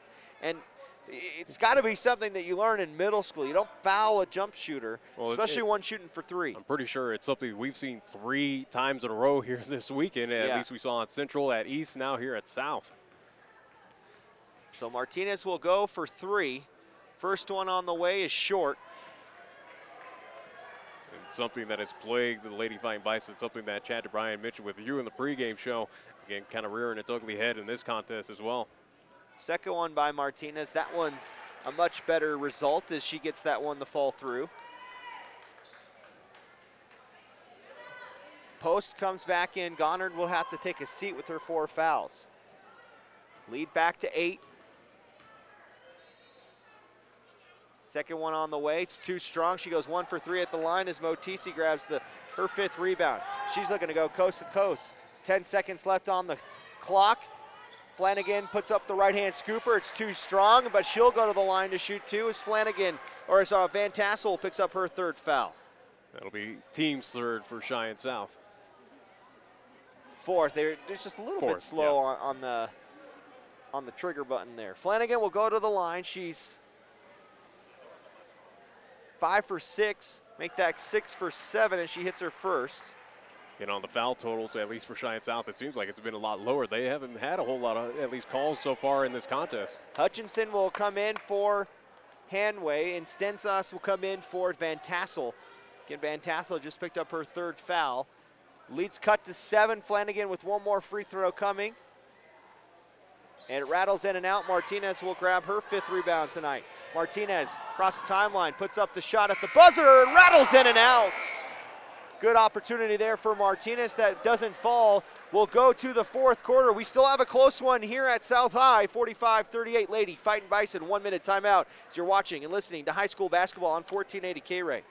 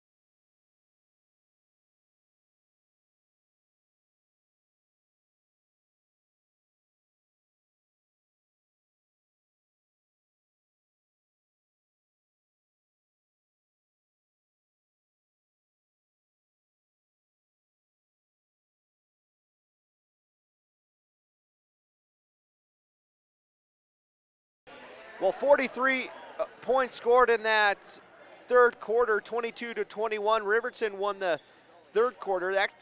Riverton's won the battle the last 2 quarters. The difference right now is that 1st quarter where East outscored Riverton 15-6. Actually making that South as we're here live at Cheyenne South. That's what I meant to say. Riverton. It's been a long weekend for both of us. Riverton with the basketball to start the quarter. Menner's shot is short, but it comes out to Flanagan. Flanagan, right-hand shot, pinned up against the right, or bottom of the right iron. It's last touched by South. Riverton will get another opportunity. Post, Bradley, Menner, Motisi, and Flanagan on the floor for Riverton. If anything, give credit to Riverton in this contest. As much as South has had plenty of opportunities to extend out their lead, Riverton just keeps fighting back. Steal for Shrove. Shrove will have it run down and taken away from her. It's Sid Bradley with the steal. Post shot too strong. A lot of bodies collide, and Martinez grabs the rebound, and she traveled. The 20th turnover for South. As for South, they have their starting 5 on the floor: Brown, Shrove, Martinez, Van Tassel, and Senior. Seems like right now for the Fighting Bison, kind of the wheels are falling off the wagon almost. Motisi has it on the right wing, kicked out to Bradley, and then Senior tries to grab the steal. She slides to the floor, and a timeout is called. So it's another turnover, the 26th turnover, and it's a timeout called by Coach DeBrine. A 30-second timeout. We'll take a quick one here as well. A 30-second timeout on 1480 KRAE.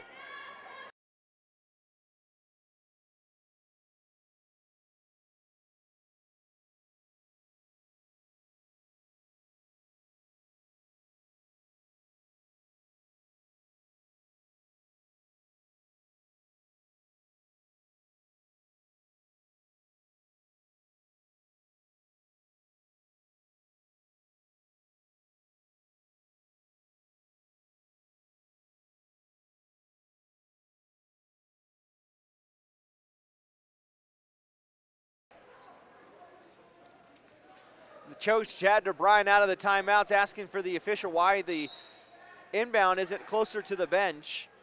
But Brown will take the inbound from Felicia Sina. It's a dribble handoff. Sina has it on the left side. Now we'll go into the lane, puts up the right hand floater. It's short, but she'll go to the line to shoot 2 as she was fouled on the way up.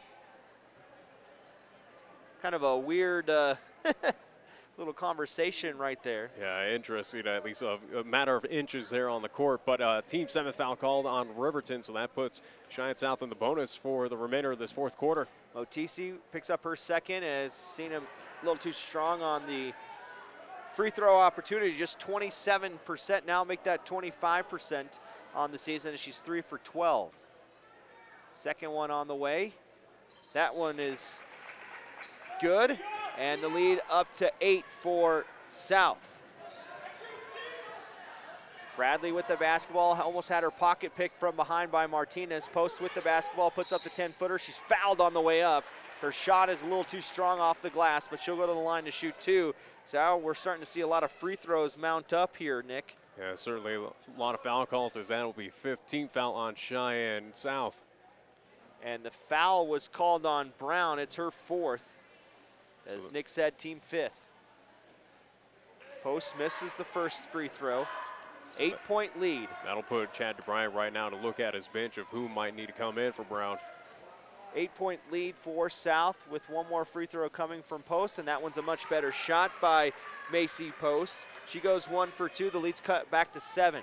Brown across the timeline, no one picks her up. She continues to go, gets around 2, but then misses her shot underneath the basket. Shrove grabs the rebound, and it's a jump ball. It'll stay South basketball. An interesting situation. Chad DeBrine leaving Brown in again with 4 fouls. There's plenty of time left here in the 4th. Inbound pass comes to Martinez, almost loses control. Brown has it, now dribbling with the right hand. We'll have to bring it back up top. She ran into Flanagan in the paint.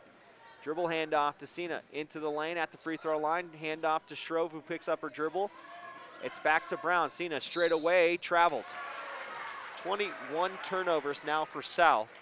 And again for Riverton, it's 26. 7-point lead. South has had it as many as 14. And Riverton a few times has cut it as close to 6.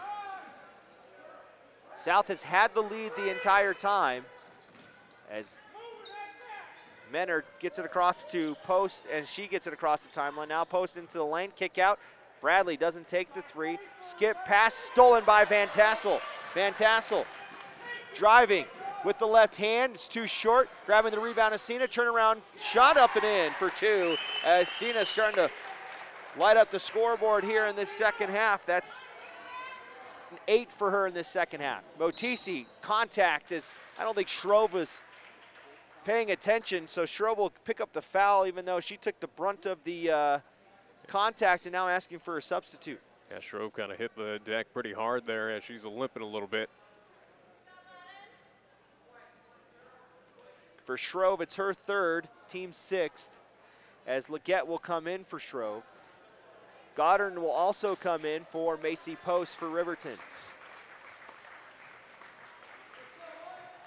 Going back on that offensive possession for Cheyenne South, it was good to see at least getting the offensive rebound on the putback, at least finally falling through for the Lady Fighting Bison. Motisi with the basketball, puts it up too strong, grabbing the rebound is Goddard. Men are open for 3 on the left side. It's too strong. Motisi grabs the rebound, no foul, she goes to the floor. Flanagan with the basketball, gets in the lane, puts up the right-hand shot, banks too strong. Leggett grabs the rebound for South. Long pass to Martinez. Martinez gets around Goddard, her shot's an air ball. Van Tassel puts up the loose ball and the foul. Van Tassel with 2, and now with the 3-point opportunity the hard way. And something we saw at the beginning of this contest, now here for at least in quarter number 4 for Cheyenne South. Again, a lot of offensive rebounds, a lot of opportunities for them, and actually finally getting the putbacks for them. Van Tassel puts up the free throw attempt. It clanks off the back iron, and Menor grabs the rebound. It's an 11-point lead back for South after Riverton had a few opportunities to cut into the lead. Flanagan has it on the left wing, gets through 2. May have gotten away with the walk. Her shot's off the back iron. Leggett grabs another rebound, her 5th. Brown with it up to Martinez on the right side. Will look to drive, gets into the baseline, into the paint, tries to kick out past Cena, but it's knocked out of play by Menor underneath for Riverton. 5:07 left on the Pepsi scoreboard here in the 4th quarter. And you'll be happy with the win if you're Coach Chad DeBrine, but you're not gonna like how you got there, because it definitely could be a lot. This game should be out of hand at this point with the shots they have missed and the amount of turnovers. And also, too, the missed free throw opportunities as well. Leggett with the basketball up top. Jaya Brown dribbles behind the back and will slow it down. Sino dribbling with the right hand, dribbles it off her foot and out of play. It's going to stay white basketball, though. Menor with her palms in the air didn't realize it touched any Riverton player, but the officials saw it that way as Hutchinson will come in and Motisi will come out. As you mentioned, either way, it will be Cheyenne South basketball on their end. Martinez, nice seal down low. Her shot's too strong. Van Tassel initially had the rebound, and Jaya Brown will be the one that reaches it all the way up top. 4:40 left in the game. Jaya Brown into the lane. Nice Euro step move and finish for Jaya Brown as she picks up her 4th point tonight. Almost a steal by Sina. And Sina a little too much on the contact as she tried to sneak up behind Menor from the backcourt. So that'll be 17th foul called on Cheyenne South. And for Sina, it's her 1st, and that will send Menor to the line for the 1st time tonight. Interesting on Lady Fighting Bison, that last offensive possession for Riverton just kind of stood still, allowed her to move on the inside. It almost seems like these Lady Wolverines afraid to pick up that next foul. First one for Menor is nothing but net, as she'll get one more. The 12-point lead for South. Second one on the way, Menor hits both. For Menor, she has 13 points all in this second half. Hit 3 threes in the 3rd quarter. Van Tassel had a good seal, but the pass from Martinez just not long enough as Flanagan will knock it out of play. 4:20 left in the 4th quarter. On the Pepsi scoreboard, South with that 52-41 lead. Sina, lob pass into the right elbow to Martinez, who's out, goes to the right block. Her shot hits the right iron. The long rebound comes to Leggett for South, her 6th rebound tonight. Brown with the basketball, trying to cross over Motisi. She gets in the left hand, or gets in the lane with the left hand, puts up the right-handed shot, and she's fouled on the way up. So Jaya Brown with some aggressiveness will get to the line and shoot 2. Team 9th foul called on Riverton. Bradley will be the one called with the foul on the help. So she'll pick up her 2nd. Brown's first free throw, it's too strong. And hopefully we are able to chat with head coach Chad DeBryan at halftime of the boys contest, get his thoughts on just how this contest has been going. Again, free throw opportunities, they've had plenty of them, but have not been able to hit. Misses both. They're now 9 of 24 from the free throw line. Well below their season average of 52%. Goddard gets into the lane, runs into 3 South players with the loose ball. Flanagan, nice Euro step, puts up the shot and one for Carly Flanagan. So you gotta like the overall, aggressiveness by Riverton, and really they're not quitting.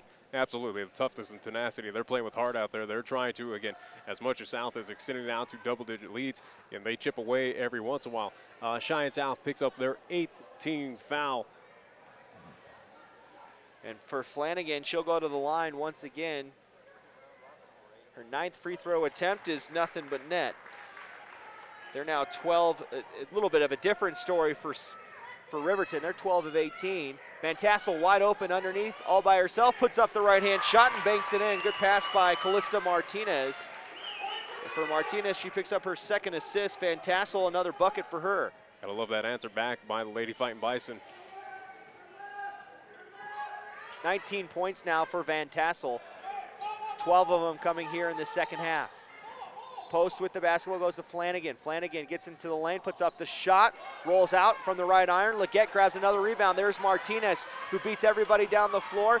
Jump, stop, nice smart play by Martinez. Not going too fast, just jump stops, let the defender go right by her, and then lay it in for 2. And a timeout called by Coach Travis McIntosh. It will be a 30-second timeout, so we'll take a quick 30-second timeout here as well. You're watching and listening to high school basketball on 1480 KRAE.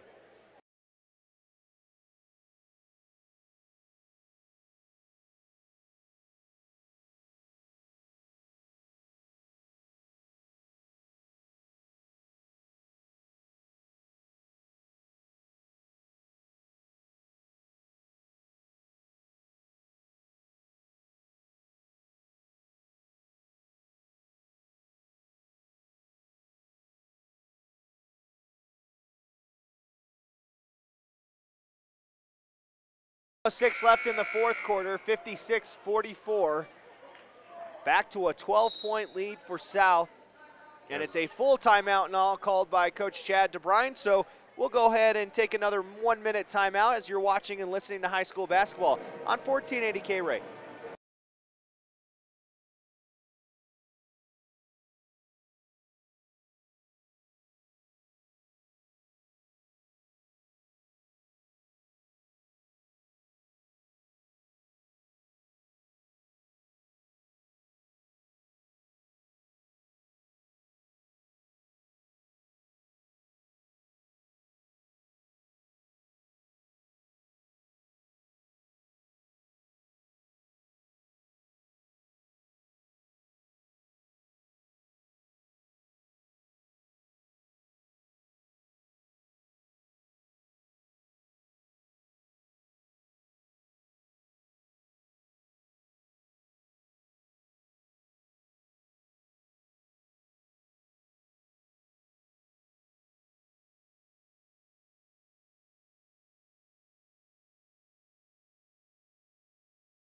.06 left in the fourth quarter. Back-to-back timeouts called, one by Coach McIntosh. It was at 30, and then a full timeout called by head coach Chad DeBryan.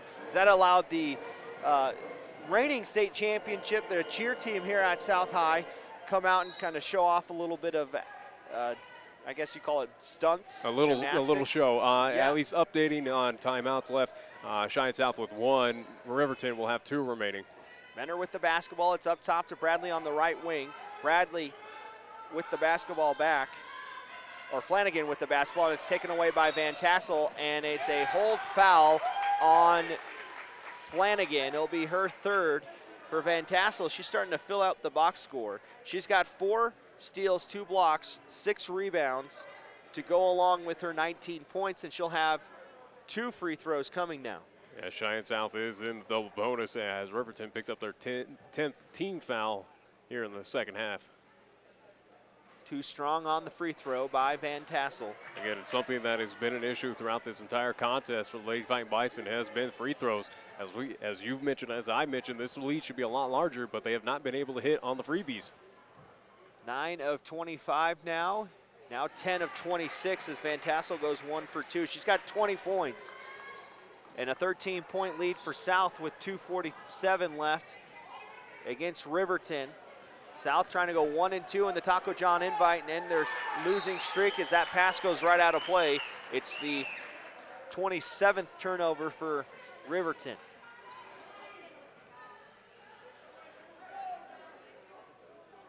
Cena will inbound it. We'll just hand it off to Jaya Brown. No real rush right now for Cheyenne South, just trying to kill time off the clock right now. And Jaya picked up her 4th foul pretty early in the 4th quarter, but has done a good job on defense, not picking up that 5th one. As South will look to play a little 4-corner offense here and waste some time. Cena has it on the left side. Motisi playing defense up high on her. Jaya Brown gets it up high right in front of the student section. Long pass to Van Tassel, and it's knocked out of play by Bradley. Coach Chad DeBrine not excited about the pass. Gonna let his players know of, hey, don't get careless right now. Cena will inbound it for South. 2:10 left in the 4th quarter. Still a 13-point lead as Martinez gets it on the right block, puts up the shot, bank it up and in for Callista Martinez. The lead up to 15. This is the largest lead for South. Motisi looking to go coast to coast. Her bounce pass off the feet of Flanagan, and a timeout called by McIntosh as Flanagan still maintained possession. I think his last one's got to be a full, or he's got 2 left, but it's got to be a full timeout, and it is. A 1-minute timeout as you're watching and listening to high school basketball on 1480 KRAE.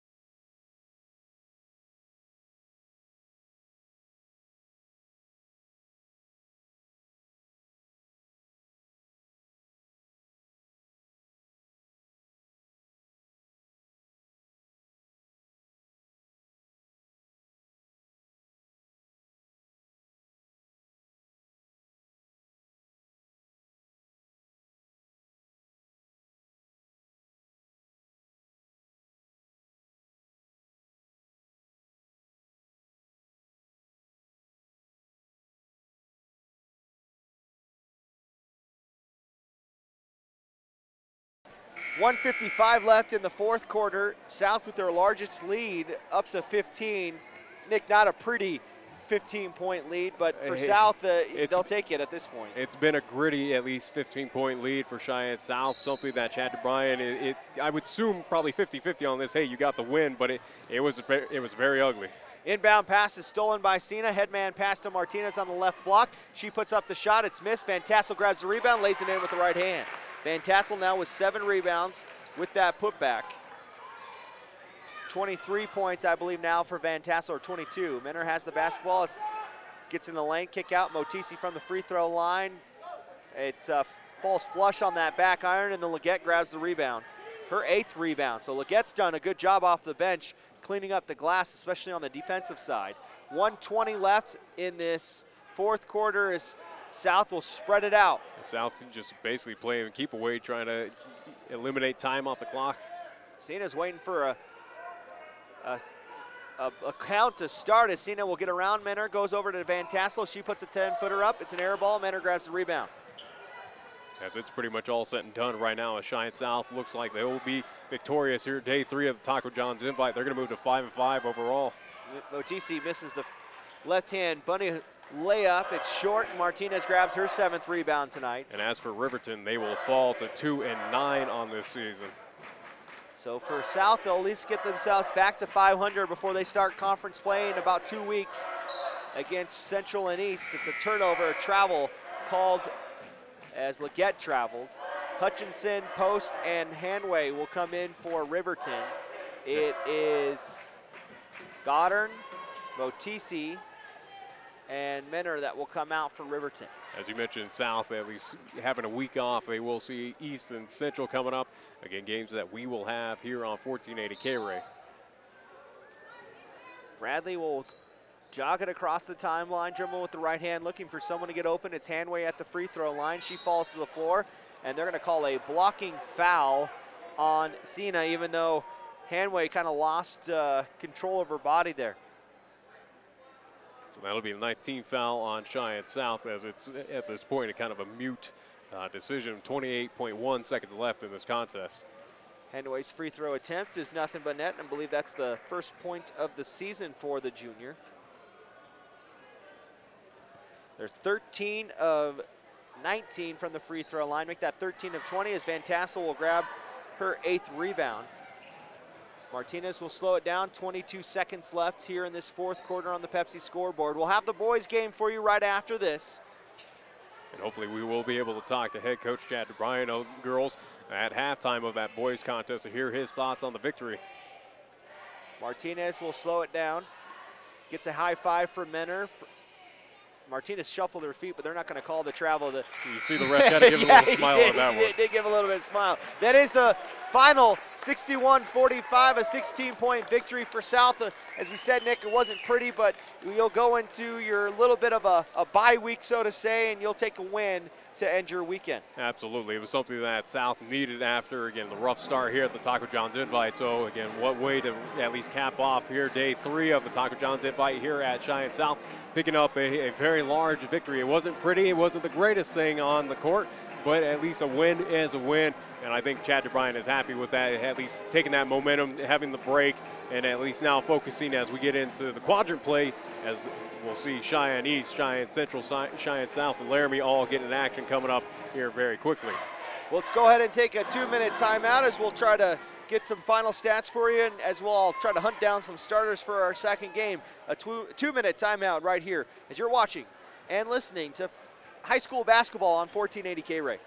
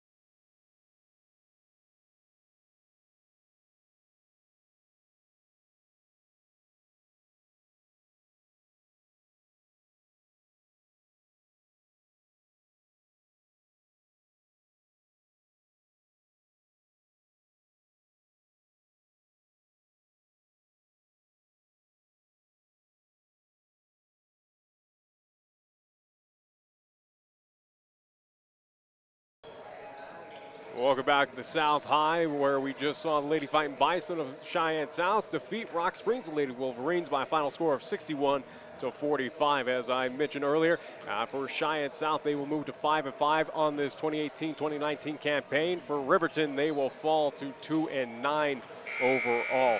Want to take this opportunity while we have the chance to thank all of our fine sports sponsors. Again, without them, we would not be able to bring you high school football, basketball, and LCCC basketball here on 1480 KRAE.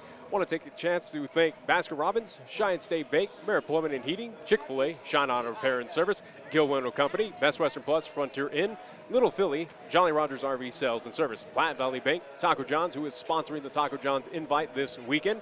Also, too, Mars Plumbing and Heating, First Tier Bank, Big Apple Bagels, and the Cheyenne Stampede. Stampede, as I mentioned beforehand, they are in action this weekend. They were in action last night. They will be tonight and Sunday's matinee contest down in Dallas, Texas, as they will play the Dallas Snipers. Pepsi of Cheyenne sponsoring our Pepsi scoreboard, which will be in action coming up here in a few short minutes, as we'll see the boys in action between Riverton and Cheyenne South.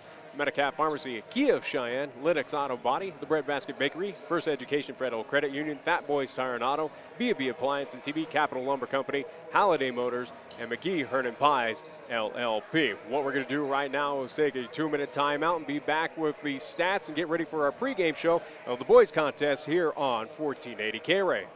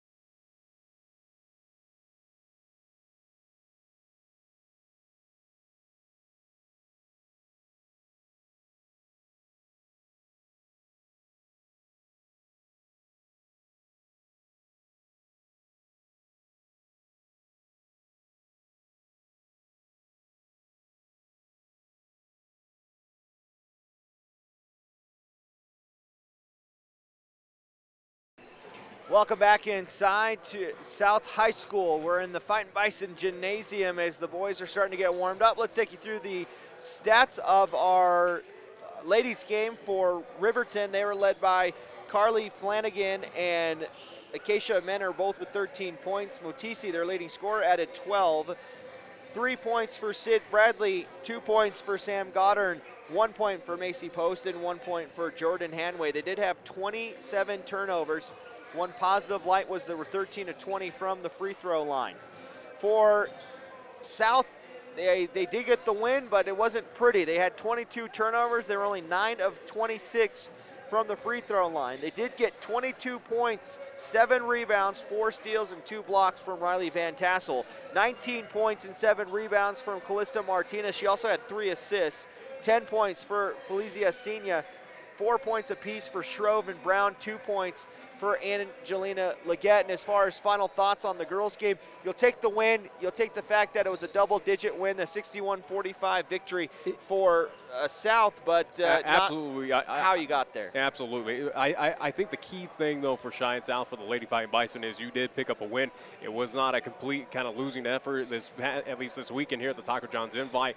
Again, it's some positivity. It's some momentum to at least take into the break and at least focus once we get into the quadrant play when they see Central, when they see East, when they see Laramie coming up here in about a week or so. As again, all those games will be at the neutral site of Story Gymnasium. So again, for Chad DeBryan, I think it's something where things need to be improved on, something to work on, but it is a positive of saying, hey, at least, if anything, if I'm Coach Chad DeBryan, I hold my hat. I give credit to the defense. I think for the Lady Fighting Bison, their defense was pretty excellent here tonight against at least Riverton. So it's something that looking forward to at least hopefully talk with Chad DeBryan here at halftime of the boys contest to see what he actually thinks.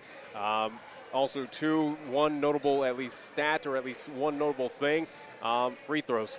That's a big issue. That is something that for this team, if they want to be successful, if they want to be that dark horse team, which I believe they can be in Class 4A, they need to work on that. We'll take another 2-minute timeout. We'll have the starters when we come back for South High and Riverton. A 2-minute timeout as you're watching and listening to high school basketball on 1480 KRAE.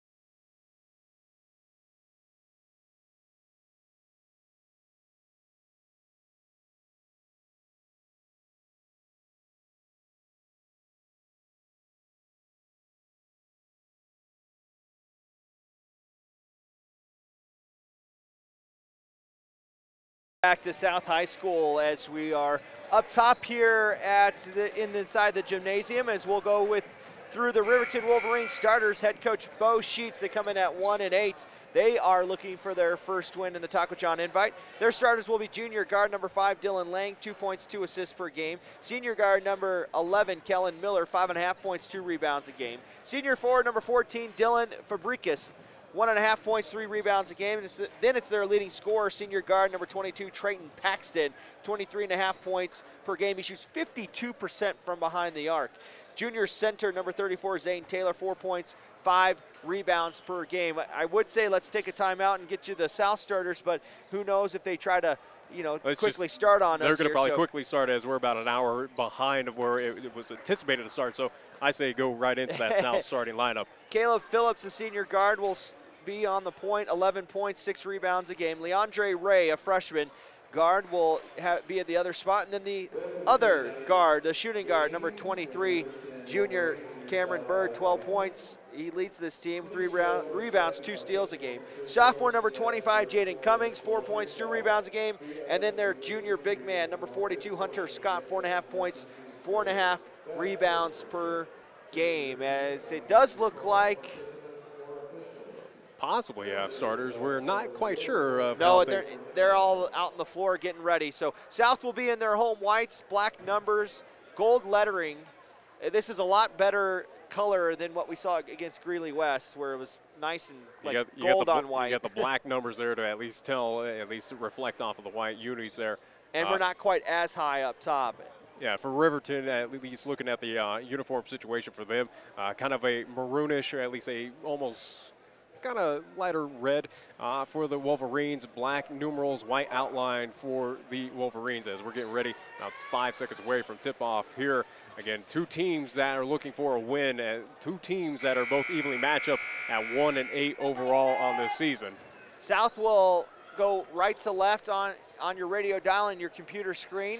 It'll be Caleb Phillips jumping against Zane Taylor. Phillips will win the tip. Will go to Cameron Bird as South will start with the possession. Bird with the basketball, dribbled it off his foot. Riverton will start in a 2-3 zone. Cummings with the bounce pass to Phillips, and Phillips able to recover it. Phillips kick out pass to Bird on the left wing. Bird now looking to get into the lane, does so. Kick out to Scott, right corner three for Hunter. Scott's an air ball, and the rebound comes to Fabricas for Riverton. Riverton 2 years removed from winning the 3A state championship. Now they're a 4A team, as we'll quickly see Trayton Paxton knock down the three ball. You're gonna have to get a hand in his face again, 52% from behind the arc. It's a team, Riverton, that we saw last year here at South that got defeated by the South High team. Hunter Scott in the lane, puts up the shot off the left iron. He's fouled on the way up, though. Fouls on number 11, I believe, Kellen Miller. I do believe you're correct on that. It's the first team foul for Riverton. Actually, they're going to call it on 14. So Dylan Fabricas will be who the foul is on. Scott's first shot bangs hard off the right iron. He misses that first opportunity. So again, we saw South struggle, the Lady Bison struggle with the free throw line. Scott's second one rattles in and out, and Fabricas grabs his second rebound. So 0 for 2 at the line goes Hunter Scott. With the basketball, it's Kellen Miller. He gets into lane, kick out pass to Lang. Lang bounce pass almost taken away by Scott. Scott falls down, makes it an easy pass and 2 for Zane Taylor. So how about a 5-0 run to start out the contest for Riverton? Lang will pick up the easy assist as well. Cameron Bird fakes the three. Back to Cummings. Cummings looking to go into lane, will dribble hand off to Bird. Doesn't take the straightaway three. Now he'll drive in a late right-hand floater. Too strong off the right rim. Phillips grabs the rebound, but then his shot is blocked by Taylor, and then a foul called, I think, on Caleb Phillips. And you are correct on that, so he'll pick up his first teams for Cheyenne South. 5-0 the score. Riverton jumping out quickly, as we'll see Christian McDonald check in for South, coming in for Hunter Scott.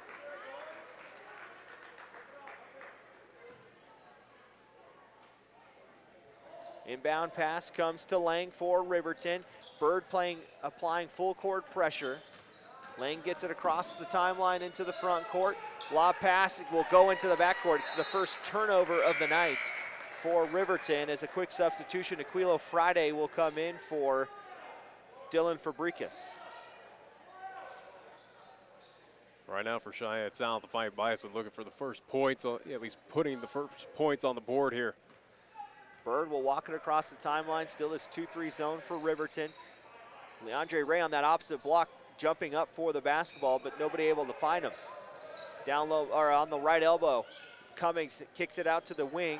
It's Ray into the lane. Phillips will put up a three from the left side, rattles in and out. The rebound will come to Kellen Miller. Miller will walk it across the timeline where he's met by Cameron Bird. Now it's in the corner to Lang. Lang, bounce pass to Paxton. Nice steal by Cameron Bird on a great help defense. And that's the second turnover for Riverton. Bird over to Phillips, fakes the shot, gets in the lane, kick out. Bird, right wing three from deep. It's off the right iron. Cummings grabs the offensive rebound. Deep three, Christian McDonald, and that's off too strong off the right iron. As we've seen South go with three ball attempts in that possession, all of them missing. Miller in the lane, nice backdoor pass, travel. It's a travel before the shot was made by Aquilo Friday. It's a third turnover for Riverton. You know, a very fortunate event right there for Cheyenne South, as he had wide open look, and again, that basket did fall through for Riverton, but again, travel called beforehand. Phillips gets in the lane, nice spin move. Kick out pass to Ray. His first touch will go right into the arms of Trayton Paxton, his first steal tonight. Paxton across the timeline will be met by Caleb Phillips. He will hand it off to Moore, who's in the right corner. Bounce pass down low to Taylor, goes between his legs. He recovers, goes up with the shot, and one. No shot, they're gonna say it was on the floor. And that's lucky for South, as that was going to be a bucket and one. And get another fortune for the South High Fighting Bison. Leandre Ray with the foul. Second team, first on Ray.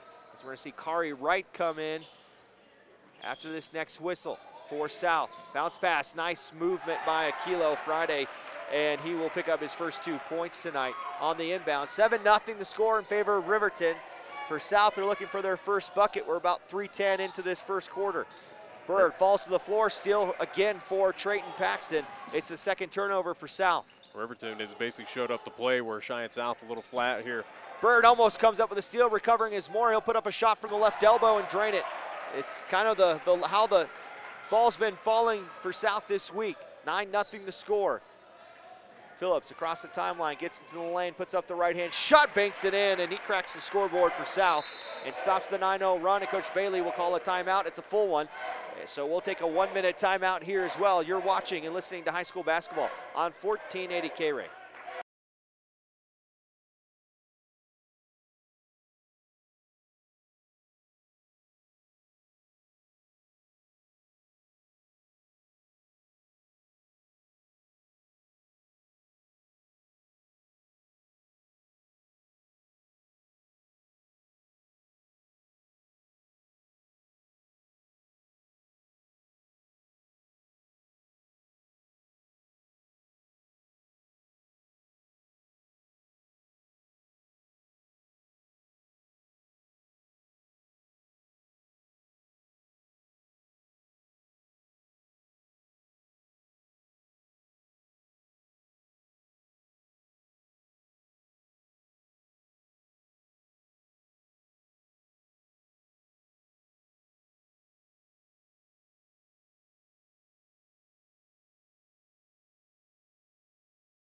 (9-2) the score in favor of the Wolverines as we come out of that full timeout by Coach Bailey. KRAE Wright on the floor for South with McDonald, Bird, Ray, and Phillips. So Cummings comes out for South. Still the starting 5 minus Fridays out there. KRAE Wright almost comes up with a steal, and they're Wright showing a little bit of a nice defensive back play right there, as he's the starting corner for South's football team, playing basketball for varsity in this first year for him. That's taken away. Bird comes up with a steal. Here comes Bird with the right hand lay-in for 2. Cameron Bird going defense to offense. His second steal. It's a 9-4 lead as South starting to...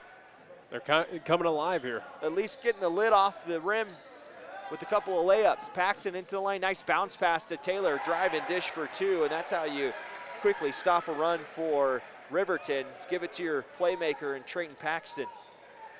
Phillips behind the back dribble over to the left wing, bounce pass to McDonald, back to Phillips. Phillips fakes the shot as Bird goes back and forth. Nice bounce pass by Phillips to McDonald, and he lays it in for 2.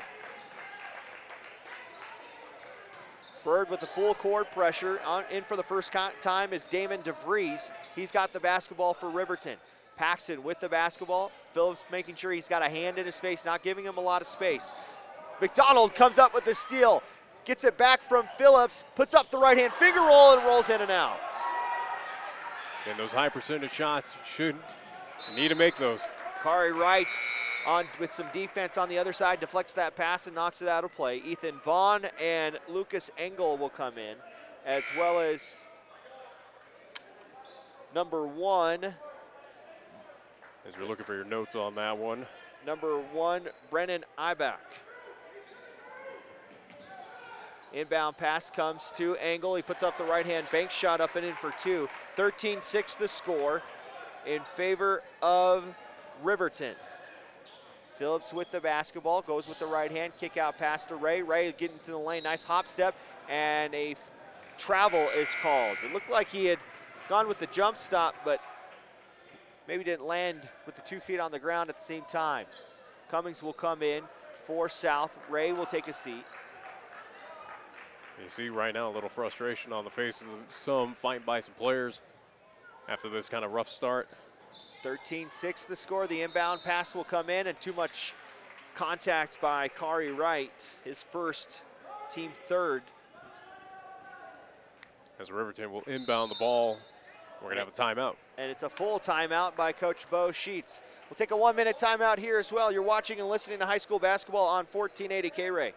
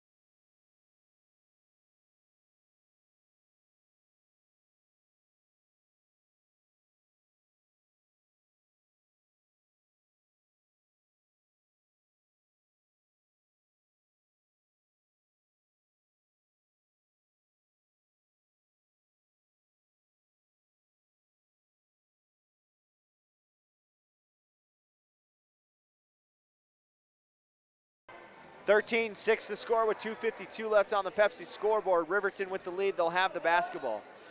Wright, Cummings, Phillips, Bird, and McDonald on the floor for South.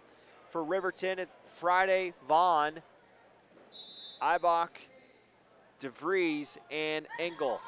Full court pressure as Riverton will easily get it into the front court. Slowing it down and giving it to Vaughn at the top was DeVries. Vaughn stops his dribble and then tries to throw it over to DeVries, and DeVries went to stop, and the pass was a little too far out in front of him. It's the 4th turnover for Riverton. It almost seemed like for DeVries, he zigged when he should have zagged on that play. Exactly. Phillips will walk it across the timeline with the left-handed dribble, come to the left side, right in front of the scorer's table.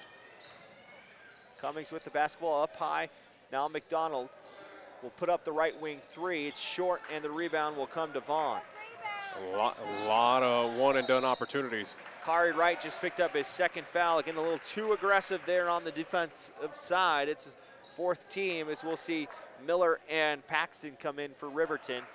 An issue we saw earlier in the girls' contest with the Lady Fighting Bison that almost costed them the contest. Something we're seeing right now that's affecting the Fighting Bison. A lot of one-and-done opportunities on the offensive side. With the basketball is Miller as he checks back in for Riverton across the timeline. Bird up high on him. Bird with already 2 steals tonight. Up top, it's Ethan Vaughn. Vaughn fakes one way, will go to the left to Miller. Miller with the right-handed dribble will throw it over to Friday. The left-handed dribble into the lane, stops at the free throw line, puts up the jumper. It's short, and the rebound comes to Bird. Bird hustling down the floor. Will slow it down behind the back dribble, crossover into the lane, puts up the shot. They're going to say no shot. It was on the foul was on the floor, and that foul was on Kellen Miller, his 1st, team 2nd. As we'll see a substitution come in for Cheyenne South and a few for Riverton. Lang and Taylor back in for Riverton. Leandre Ray and KRAE Wright back in for South. Ray to inbound and underneath the basket, goes to McDonald. Right-hand double pump shot, hits off the back iron, and the rebound comes to Taylor for Riverton. As Riverton gets a little bigger in size. Paxton inside, dribbling with the left hand. Phillips on his hip, puts up the left elbow jumper. It's short, and Bird grabs another rebound. For South, Bird across the timeline. Will slow it down, have it on the left wing. Fakes a couple of times with the shot, now driving into the lane, has 4 players converge on him. Ray will put up the left corner 3. It's short, and the rebound comes to Paxton for Riverton, his 1st one tonight. Bird tried to sneak in there for the steal. Good defense, or good job there by Lang to grab it, but now McDonald will come with the steal. He's looking to go coast to coast, puts up the right-hand shot. Again, he misses the easy layup. So that's 2 steals now for McDonald, where he's not able to finish. Riverton across the timeline. Friday came up with the rebound. Paxton for 3, rattles in and out. McDonald grabs the rebound. A rare miss for Paxton from deep. 13-6 the score, 55 seconds left here in this first quarter on our Pepsi scoreboard. As we see McDonald trying to shake off again, 2 missed layup opportunities by him.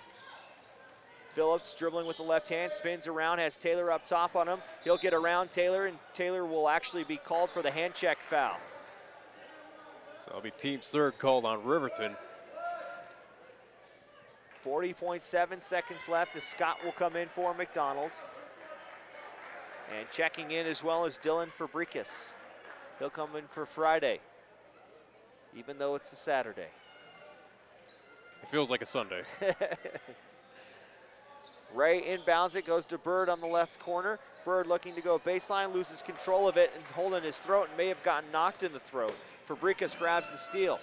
There's Miller with it, goes to Taylor in the block, and Ray with the 2 hands on his wrists will make Taylor go to the line to earn it the hard way. And now Ray and Taylor have to come together with the official. I'm not sure. As they're going to tell each other to kind of at least calm down a little bit. So 15 foul on Cheyenne South. For Ray, it's his second. Taylor will go to the line to shoot 2, where he's 31% on the season. And I think it was just a little, at least, taunting between those 2 players where the ref said, hey, calm it down. Taylor hits the first one. Good touch there by the big man. Didn't look like a 31% free throw shooter with that first one. Second shot by Taylor on the way, and that one will roll in. He gets the shooter's roll. He goes 2 for 2 at the line. He's got 6 points. It's a 9-point lead for Riverton, 15-6, with 25 seconds left in this first quarter on the Pepsi scoreboard. Phillips, couple of dribbles between the legs and continues to go between the legs, but doesn't move his body anywhere. A left elbow jumper by Bird. It's off the left iron. Scott, couple of touches, tries to save it, and it's out of play. Be last touched by Scott. Riverton will have the basketball, probably the final possession of this first quarter with 10.7 seconds left. Kilo Friday will come in for Fabricus. As Riverton will have last opportunity here in the first quarter. Put points on the board and possibly at least put a double-digit lead over South. Lang with the basketball. Sorry, that's Miller with the basketball. Bird working on him. He gets around Bird. 4 seconds now, 3 seconds. You can hear the crowd calling for the countdown, and then on the way up, Moore is going to be fouled on by Cameron Bird, his first, team 6, and not a good foul at the end of the quarter here for South. Yeah, not a smart foul as it looked for Riverton right there, kind of at least a little dazed and confused on not realizing what time is left in the quarter. Moore's first free throw attempt is nothing but net. He's a 67 now, make that a 7 for 10, a 70% free throw shooter. Riverton now has the largest lead, at least now up to double digits, leading by 10. Second one by Moore. It's gonna roll out. Phillips will grab it, throw it up after the horn, and that will be their first quarter score of 16-6 in favor of the Wolverines. We'll take a 1-minute timeout. You're watching and listening to high school basketball on 1480 KRAE.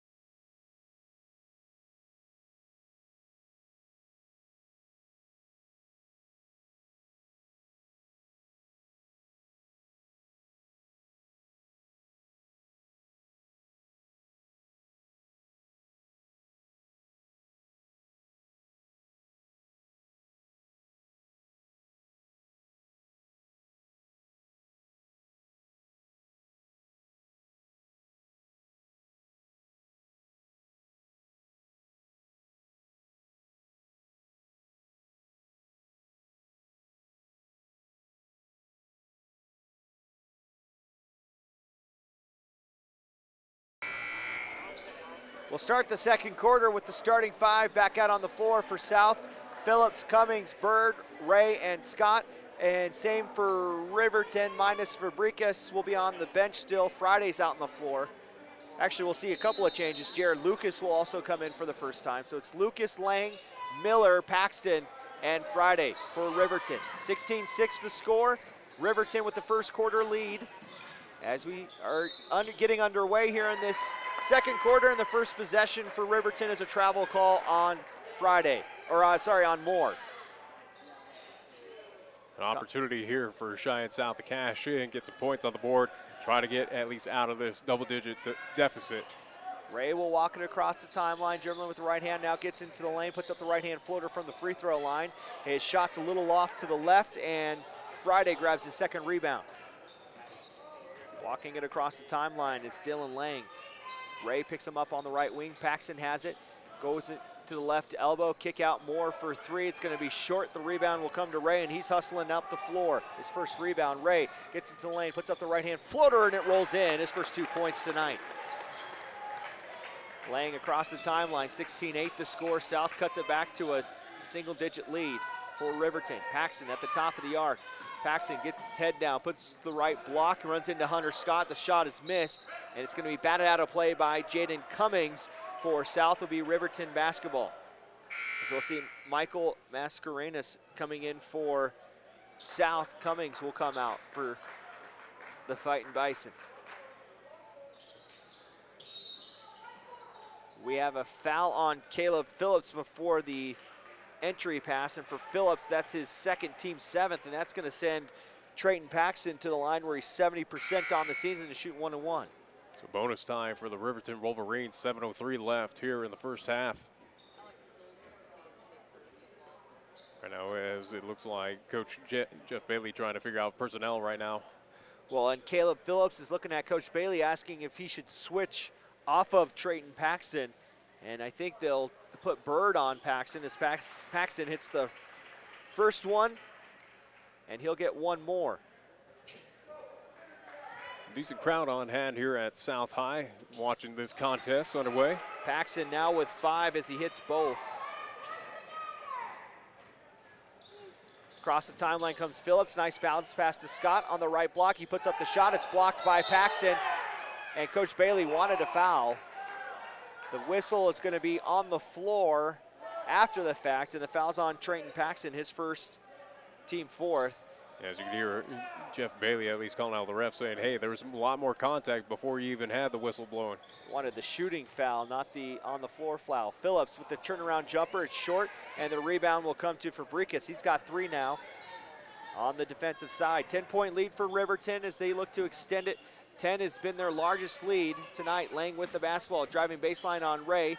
Bounce pass as Mascarenas will knock it out of play as the bounce pass was for Fabricas. Coming into the game will be number 41, Mari Alexander, I believe. As Riverton will inbound on the offensive side. Bounce pass down low, poked away by Mascarenas. It will stay Riverton basketball. And Riverton holding on to a 10-point lead here over Cheyenne South. Alexander, just a freshman for South.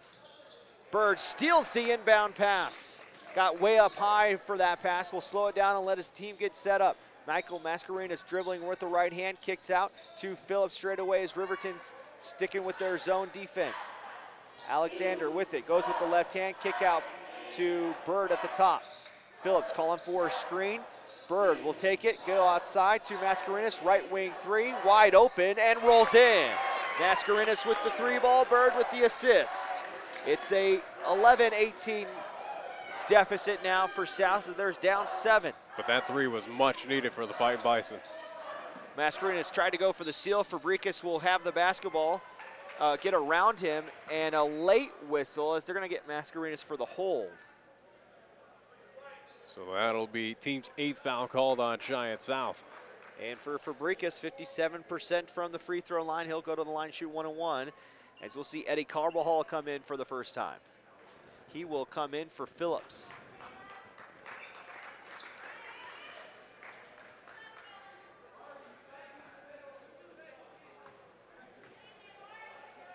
Fabricas' free throw attempt is good from the back iron. He has his first point tonight, and they're starting off 5 of 7 from the free throw line. Nothing but net on both of them. Actually make that 5 of 8 now, or 6 of 8. Fabricas will come out, Friday will come back in. It's a 9-point lead for South. for Riverton, as Leandre Ray will walk it across the timeline where he's met at half court by Dylan Lang. Ray had it dribbled right off his foot and taken away, now trying to hustle back to grab the ball. It's going to be last touch by Lang, so good job by Ray after he had the ball poked away from him. Is able to hustle down and create a turnover of his own. 20-11 the score. Riverton with the lead. South with the basketball again as Bird gets it across the timeline into the front court. Bird, a couple of dribbles between the legs, will go step back three from the left side. Nothing but net for Cameron Bird. He's got 5, lead cut to 6. Saw Kelly Walsh against Central in the boys game. Kelly Walsh used a three-pointer to keep him in it for a while. South trying to do the same thing here. Taylor, spin around and too much contact as Taylor will fall to the floor. It's going to be Mari Alexander picking up his first foul, team 9th. And that will send Taylor to the line to shoot 2, where he's 2 of 2 today.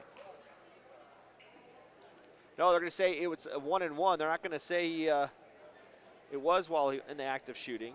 As we'll see Trey Draper check in for his first time for Dylan Lang. Draper just a sophomore, as Jaden Cummings will come in for Mascarenas. Again, the big man for Riverton, as you mentioned, again, 32% shooting. Again, already hit 2 earlier. Taylor puts up the front end and it rattles in and out, so a miss for Taylor. It's a 6-point lead for Riverton now as Ray puts up the right hand floater and he gets it to fall. He's got 4. A little bit of a run here for South as they have a little 6-0 run brewing. Paxton has the basketball, gets into the lane, now loses his dribble. Right wing 3 for Moore. It's off the mark. Ray gets up to grab the rebound. Nice little momentum right now for the Fighting Bison. Bird with the basketball goes to Ray, now dribbling with the left hand, goes over to Alexander, puts up the right elbow jumper, nothing but net for Alexander. Big 2 points off the bench, and now it's an 8-0 run for South as they cut it down to 2. How about this tenacity by the Fighting Bison getting back into this contest? Draper tries to go down low, Taylor has it, puts it up and in with the right hand. And he's just got the size advantage over everyone, at least on Cheyenne South. So, again, getting the easy putback for him. That will end the 8-0 run. And for Alexander, he tried to go for the steal, and that gamble did not pay off. Carbajal with the basketball, goes to the right wing to Cummings. Cummings dribbling with the right hand will come up top to Ray. Bird with it on the left wing. Extra pass to Carbajal, left corner 3. Got it to go for Carbajal. We saw him hit a couple of threes against Greeley West, and he comes up big with one there. The lead's cut to 1. Friday has the basketball, Cummings up top on him. There's Paxton, he'll put up the 3 from the left side, nothing but net. Heat check for Paxton, and he checks out. And that one hurts Cheyenne South right there as Riverton answers back with a 3 of their own. 25-21, Cummings with the basketball, lost his dribble. Right corner 3 for Bird as he's wide open, 2 open as it's short and Taylor grabs the rebound. Draper with the basketball, dribbling with the right hand, gets it across the timeline. Will bounce pass it to Friday, and they reverse court to Moore. Looking to go down low to Paxton, and too much contact by Carbajal, and he'll pick up his first, now team 10th. So double bonus the rest of the way. Yeah, for the remainder, 3:21 here in this first half. Moore will go to the line to shoot 2. He's 1 for 2 his last time at the line. And we talk about a little momentum there for Cheyenne South, but you give credit to Riverton of being able to at least kind of shut the door on Cheyenne South. First one by Moore is too strong. As we'll see Kari Wright come in for Ray, as well as Christian McDonald. Friday will come out, and we'll see number 15, Cameron Schoening, come in for the first time for Riverton. They're just trying to get me to fill up my whole entire roster sheet here, Nick. Just making you work overtime. Right. Moore misses both.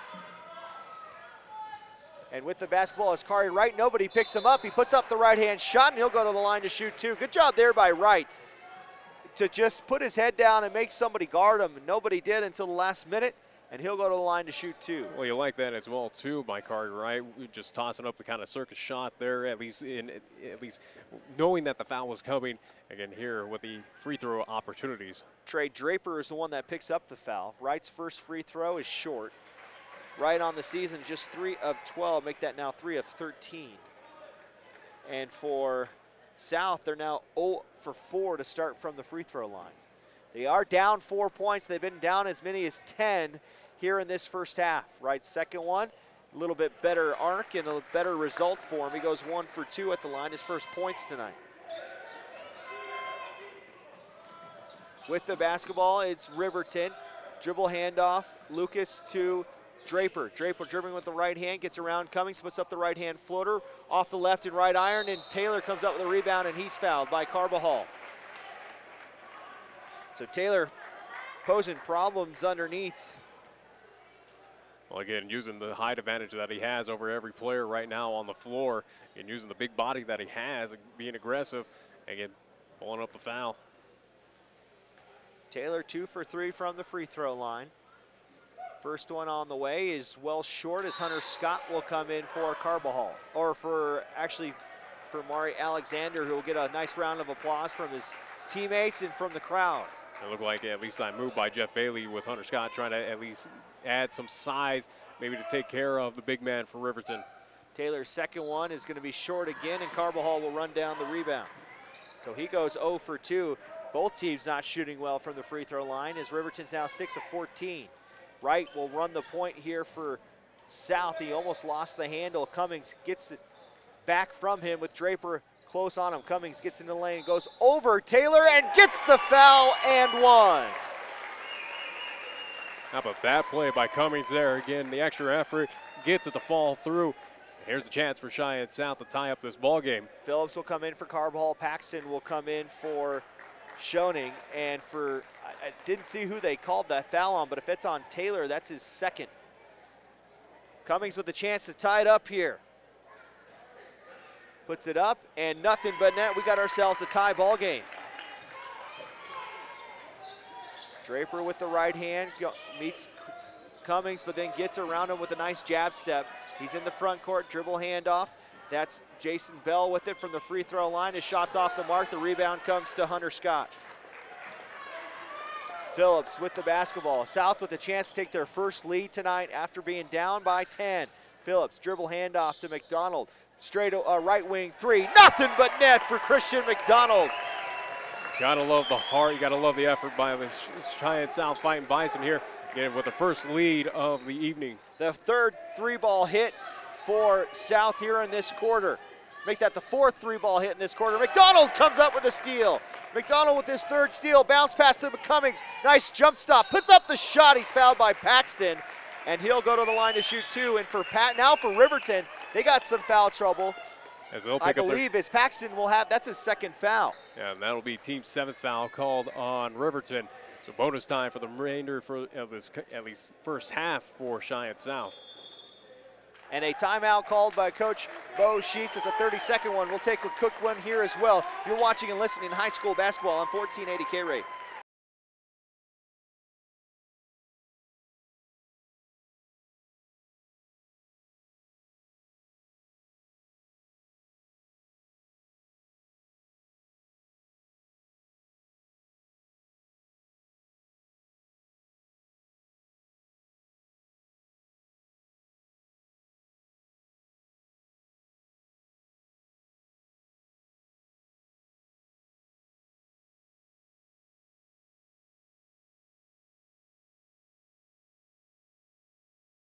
Well, South going on a little bit of a run here in this second quarter. They were down 10 to start the quarter. They're now up 3. I think plain and simple for Cheyenne South, they have come alive here in the second quarter. Again, fought back, getting past that double-digit deficit. Again, here sitting with a 3-point lead over Riverton. Again, their first lead of this evening coming here late in the second quarter. Cummings will go to the line to shoot 2. He's 1 for 1 on the night. He's got the only free throw made for South as the first one rattles in and out. Now 1 for 6. Again, the old adage phrase of no harm, no foul, as both teams are kind of struggling from behind the charity stripe. Cummings' second shot on the way, and that one rattles in and out. He goes 1 for 2, or 0 for 2. The rebound comes to Friday. Lang with the basketball, 28-25 in favor of South. Paxton with the basketball, goes to Taylor, bounces off his face, goes right to Friday. Lang, left wing three, too strong. The rebound comes to Phillips for South. Here comes South, bounce pass to KRAE right. Right hand reversal off the mark. Scott grabs the rebound. He goes with the reversal, too strong. Friday grabs the rebound. A couple of easy misses there for South, and we have a great defensive play by Cummings as he bats the ball out of play. Riverton will have the basketball right in front of the South bench. Yeah, good effort by Cummings there. Came up a little short. Paxton will inbound it, gets it over to Dylan Lang. 1:20 left here in this second quarter. Again, 28-25 lead is a lot of contact from KRAE right. And Paxton gets the shot to roll in for two. So for Wright, who picks up his third foul, and Paxton has a chance to tie the ball game up with the free throw.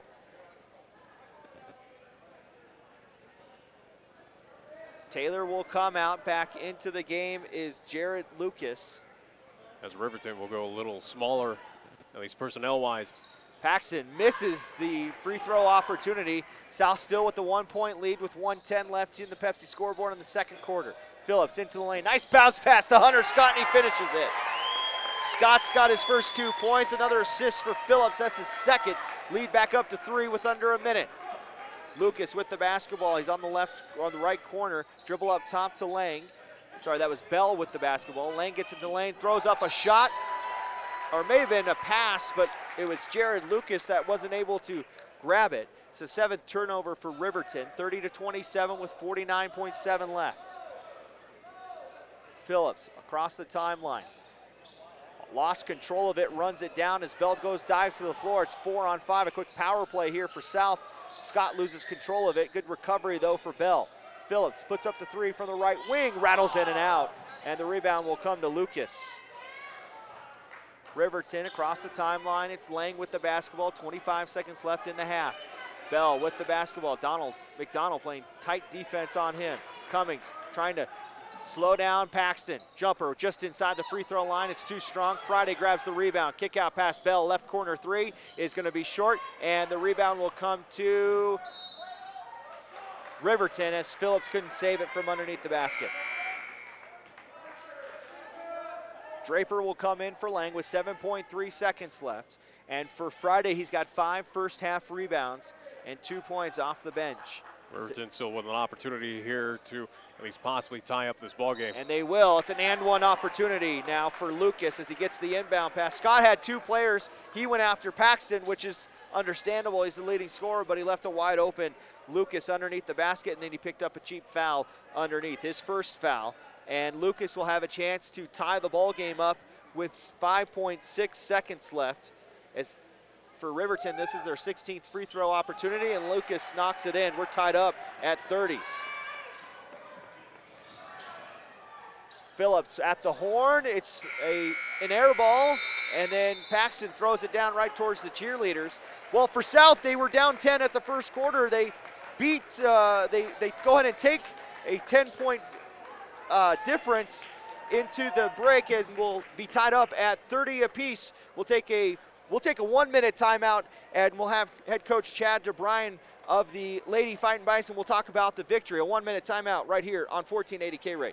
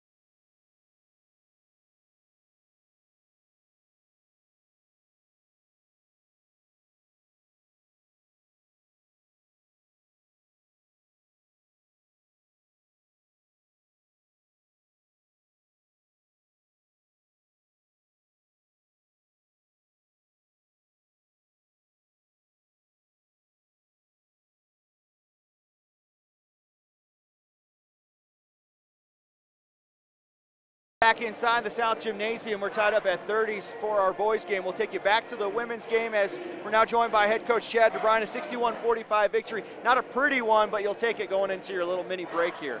Absolutely. We talked about that in the locker room. We said, well, it was ugly at times, but, you know, the good news is we scored over 60 points, and we'll take a 16-point win any day. Yeah, you got to give hats off to Riverton. They really never seem to go away, despite the fact you guys didn't do a lot to really help yourself pull away, but they just kept coming in. They kept coming. They got it within 4 a couple of times, but again, you guys were able to kind of settle the things down and get some big buckets when you needed it. No, their coaching staff has been working really hard over the years, and, you know, they've improved a lot each year. And so it's just a process. We've kind of gone through that same process, honestly, and in a lot of ways, you know, we could probably write the same book, Riverton and South. And so I really respect the job that those guys are doing, and they're heading in the right direction. Coach, your defense did fantastic tonight. A lot of steals. It just seemed like when they got the steals, maybe rushing things a little bit too much on the other side. Is that something you guys talked about a little bit post-game as well, just trying to, when you come up with a steal, not trying to go too fast? Yeah, we did, but, you know, I told the girls it's probably on me. I think a lot of what you were seeing today was fatigue and the way that we like to play, you know, in a 3-day tournament like this. I think it showed up today because we were tired. And so I got to do a better job of figuring out how to get through 3 days without wearing us out. And that's crucial because come regional time and state tournament time, that you got to play those 3 days. So the Taco John invite kind of gives you a little bit of a sense, not only as a player, but as a coach as well. Yeah, you bet. We talk about 5 seasons. We've gone through the preseason. You know, we've gone through our off season, and now we're getting into conference. That's our 3rd season, and hopefully we'll be in much better shape come that 4th and 5th season. And then lastly, Callista and Riley again come up big for you tonight. They combined for 41 points. Yeah. You kind of go as they go a lot, especially at least on offense. You know, if they can get their shots and get their touches in, you guys are going to be in pretty good shape. Yeah, we go as the big 3 goes. I'd add Santa to that list because, you know, if we can get 3 kids in double figures, those 3 kids in particular, we should be in good shape. All right, Coach. Well, again, congratulations on the victory. Enjoy at least a week off from competition with other teams, and as you get ready for the Central East battle over at Story Gymnasium. That's head coach Chad DeBrine. We'll take a 2-minute timeout right here on 1480 KRAE.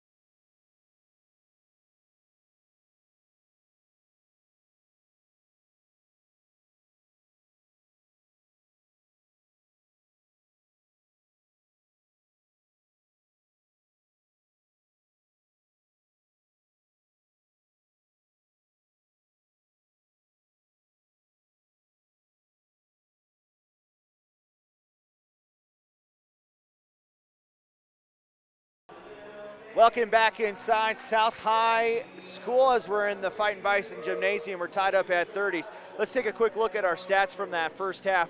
7 turnovers for Riverton. They were 6 of 16 from the free throw line. They were led by Trayton Paxton with 10 points, 8 points for Zane Taylor, 3 points apiece for Lucas and Miller, 2 points apiece for Friday, Fabricus, and Engel. 10 different scorers for South in that first half, and I'm sure Coach Bailey's going to be excited about that. 5 points for both Christian McDonald and Cameron Bird, 4 points for Leandre Ray, 3 points apiece for Mascarenas and Cummings. Eddie Carroll had 3, 2 points for Caleb Phillips, Hunter Scott, and for Mari Alexander. And Nick, for Coach Bailey, you go down 10 in that first quarter, but then you're able to erase that and go into break, tied up at 30. But again, 10 different scores. You've got to love the fact that your scoring's coming from everywhere. Well, yeah, absolutely. Again, all hands on deck, essentially, for the Fighting Bison. Again, everyone getting their opportunity, seeing their, at least getting looks, getting those opportunities to get those shots in. And again, talk about that turnaround where the first quarter of this contest between the two, it looked like it was all Riverton to at least begin out, but Cheyenne South, you got to give them credit, that heart, that tenacity of this team. They did not give up. They put in that fighting, at least, mantra that is a part of their name. And again, here we are tied 30 apiece. It could be a lot worse. It could have been a lot worse. Again, we're talking how Riverton came out, again, starting out to, I do believe, a 7-0 run of this contest. It looked like it was getting out of hand fast, but here we go. Again, we're talking about two teams that have had a little bit of struggles here in 2018-2019 this season. Again, both teams looking for at least to kind of add another win to their victory total of this season. It's some also too of what we saw earlier for the South High Fighting, at least Lady Fighting Bison. For both teams, they're looking for their first victory here of the Taco John's Invite. We'll go ahead and take our last 2-minute timeout and have the second half for you right after this 2-minute timeout on 1480 KRAE.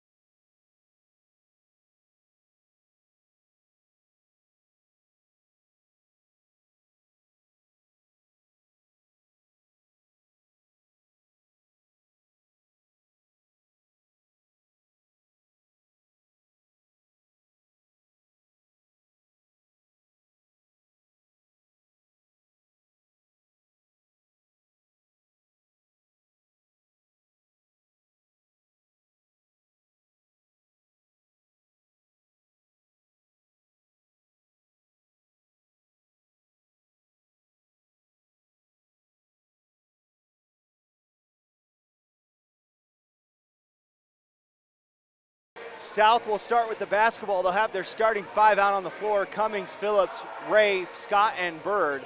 Riverton will also come back with their starting 5: Lang, Miller, Fabricus, Taylor, and Paxton. We're tied up at 30, both teams,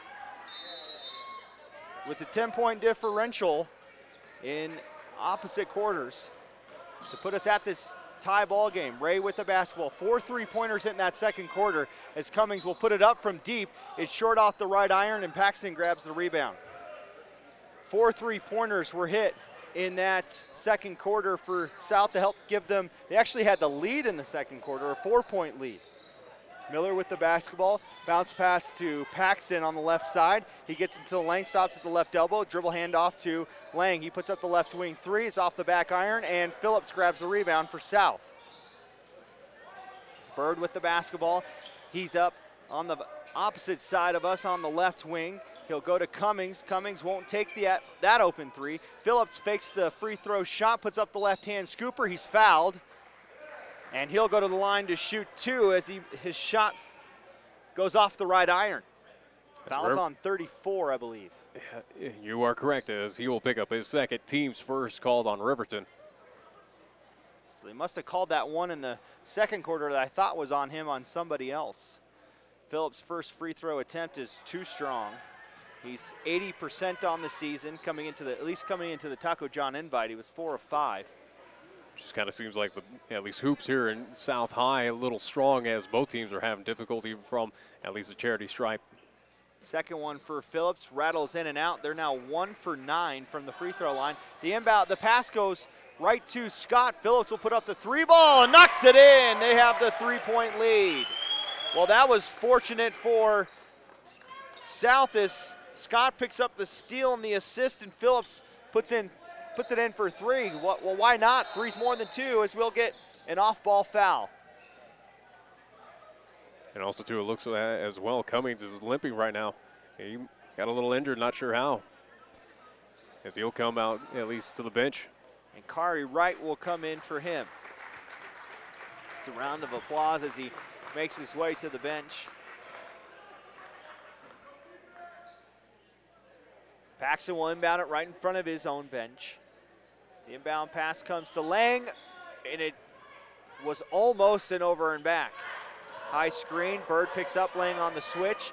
Over to Fabricas. Ray grabs it with one hand. And I don't know if Wright knew that was last touched by South. It's going to be Riverton basketball. He had a chance to grab it, but didn't because of the fact that kind of pulled up on that, assuming that it was going to be South ball. With the basketball, Paxton open for 3 on the left side, off the back right iron, and the long rebound comes to Lang. Taylor, his first shot's too strong. He grabs the offensive rebound and will lay it in for 2. He's got 10. And again, he is a big body. He has a height advantage, and he is using that to his best ability right now for Riverton on the inside. 33-32, South with the lead. Scott over Taylor, too strong, and the rebound comes to Fabricas for Riverton. Riverton almost coughed it up there. Laying across the timeline, goes to Paxton on the right side. Paxton dribbling with the left hand, trying to get around Phillips. He does, but kicks out to Lang. He's open for 3. It's going to be banked off the glass, and then Taylor grabs another offensive rebound, and then he traveled. So a lucky turnover there for South, as it looked like they were going to get another opportunity to take the lead with the bucket. As Scott will come out and Maury Alexander will come in for South. Phillips will walk it across the timeline. Phillips with 5 points. He hit that 3 ball to give South the lead early in this quarter. Ray with it, fakes it, goes into the lane, puts up the right hand floater. He's got that shot down. That's the third time he's hit that shot over Taylor. 35-32. South retakes the 3-point lead. Miller with the basketball on the right wing. Kari Wright on him. He's got 3 fouls, does Wright. Friday with it. Goes with the left hand, bounce pass down low to Paxton. Draws some contact. Good defense by Phillips to stay straight up as the shot was missed. And then Phillips grabs the rebound. His 5th one tonight. Good defense on the inside by South. Phillips puts up the 3 ball. It's short. The rebound will come out to Vaughn. Vaughn picks up his 2nd rebound. Headman pass to Friday. Friday in the lane. Spin move with the left hand. Good defense again by Phillips as he distracts the shot and then grabs the rebound. Ray on the other side puts up the right hand lay-in for 2. A nice pass from Cameron Bird, who kept his eyes up looking for him. How about this? The largest lead of the night for Cheyenne South at 5. Vaughn with the basketball. Ray playing up high on him. Vaughn dribbling with the left hand. Too much contact by Ray. The shot's going to be no good. It's not going to count anyway if it would have fallen, as the foul was on the floor. Ray picks up his 3rd, team first.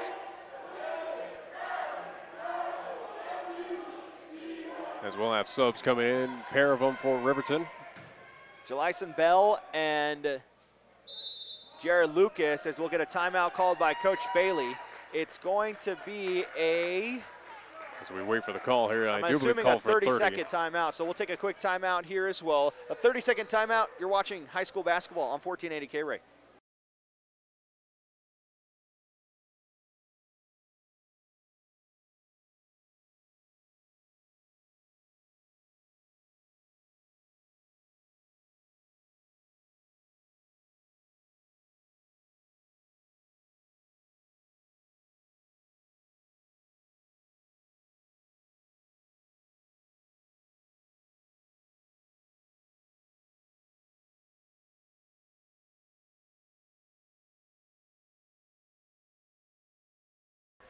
.450 left in the third quarter. South with their largest lead, 37-32 over Riverton. Riverton will have the basketball. Vaughn will inbound it. Vaughn, Lucas, Friday, as that inbound pass is stolen by Phillips. Phillips doing everything right now for South here in this third quarter. It almost looked like perfect placement right there by Cameron Phillips, just being there at the right place, right time. Alexander gets into the lane, and he's fouled by Bell, and Bell just got a technical foul. He threw the basketball over towards the cheerleaders to the pad. So we'll have 2 free throws coming for Alexander, and then we're going to have, but before that, we'll have 2 technical foul shots. So for Bell, he'll pick up 2 personal fouls. So that'll put at least for Riverton at 4 team fouls. It'll be Alexander. He'll attempt his 2 shots first on the shooting foul.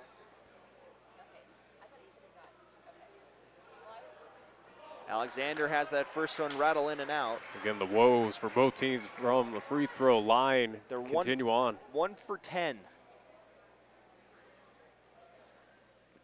Second one. That one's nothing but net. Alexander goes 1 for 2.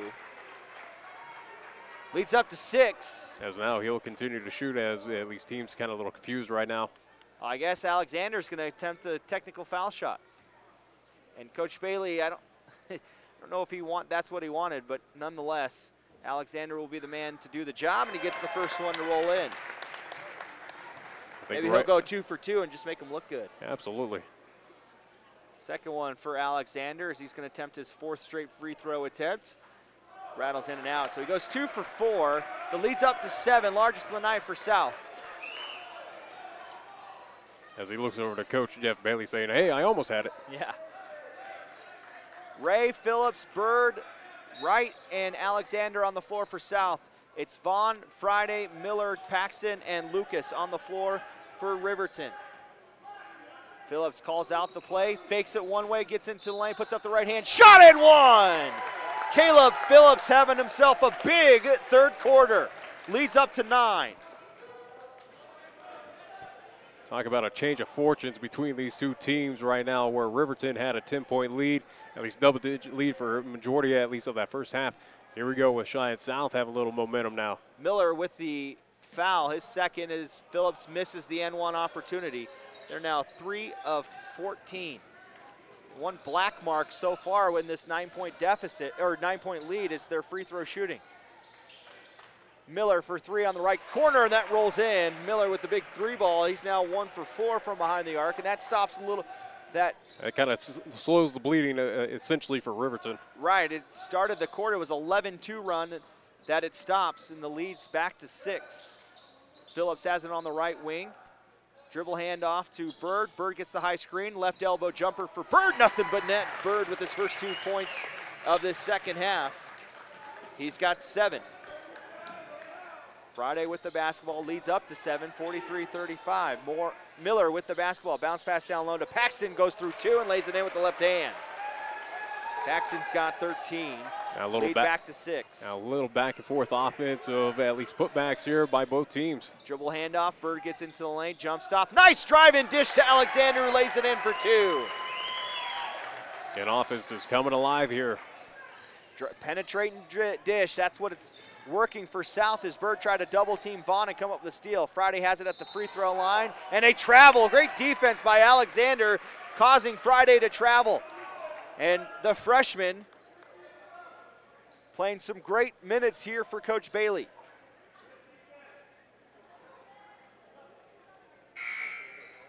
Cummings looks like he's feeling a little bit better. He'll come back in after this next whistle.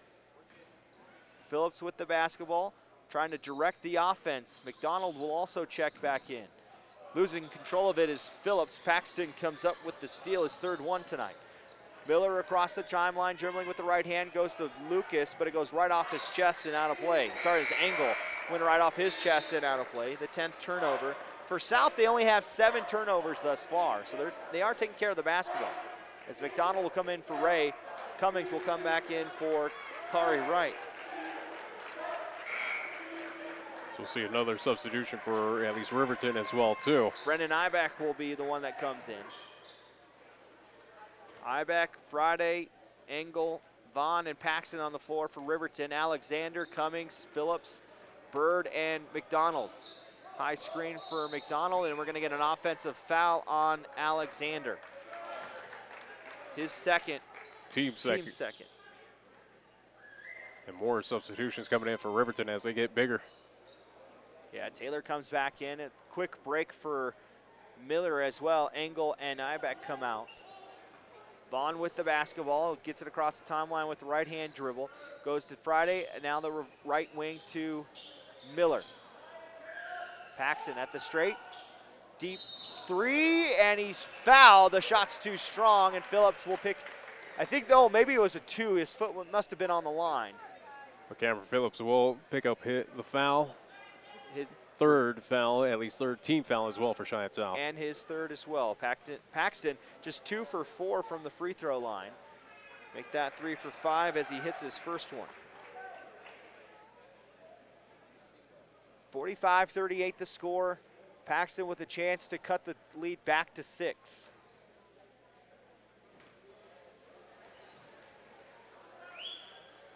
He does so with 2 perfect free throw attempts. They're now 8 of 18 from the free throw line as Riverton. His lead's cut to 6 with 2:28 on the Pepsi scoreboard in this third quarter. McDonald has it on the left side, takes the short hop pass now into the lane, puts up the right hand bank shot, too strong. Rebound comes to Friday with great box out there, his 6th rebound. Vaughn across the timeline for Riverton, picked up by Cummings on the left wing. Now looking for someone to get open. Backdoor cut by Paxton around Phillips. He lays it in for 2 as Paxton's starting to get hot. He's got 6 here in the quarter. Lead's cut to 4. And the thing as well for Cheyenne South, defense is falling a little flat-footed out there, allowing Riverton to just drive inside on them. Bird with the basketball on the right wing, gets into the lane, puts up the right hand shot over the shot block attempt of Miller, and it's good for 2. He's got 9, lead back up to 6. Vaughn with the basketball, dribbling with the right hand, trying to get it over to Friday. Good defense by McDonald. And now Paxton has it. He's got a 18-footer, nothing but net for Paxton. Starting to see that pure scoring touch of Trayton Paxton.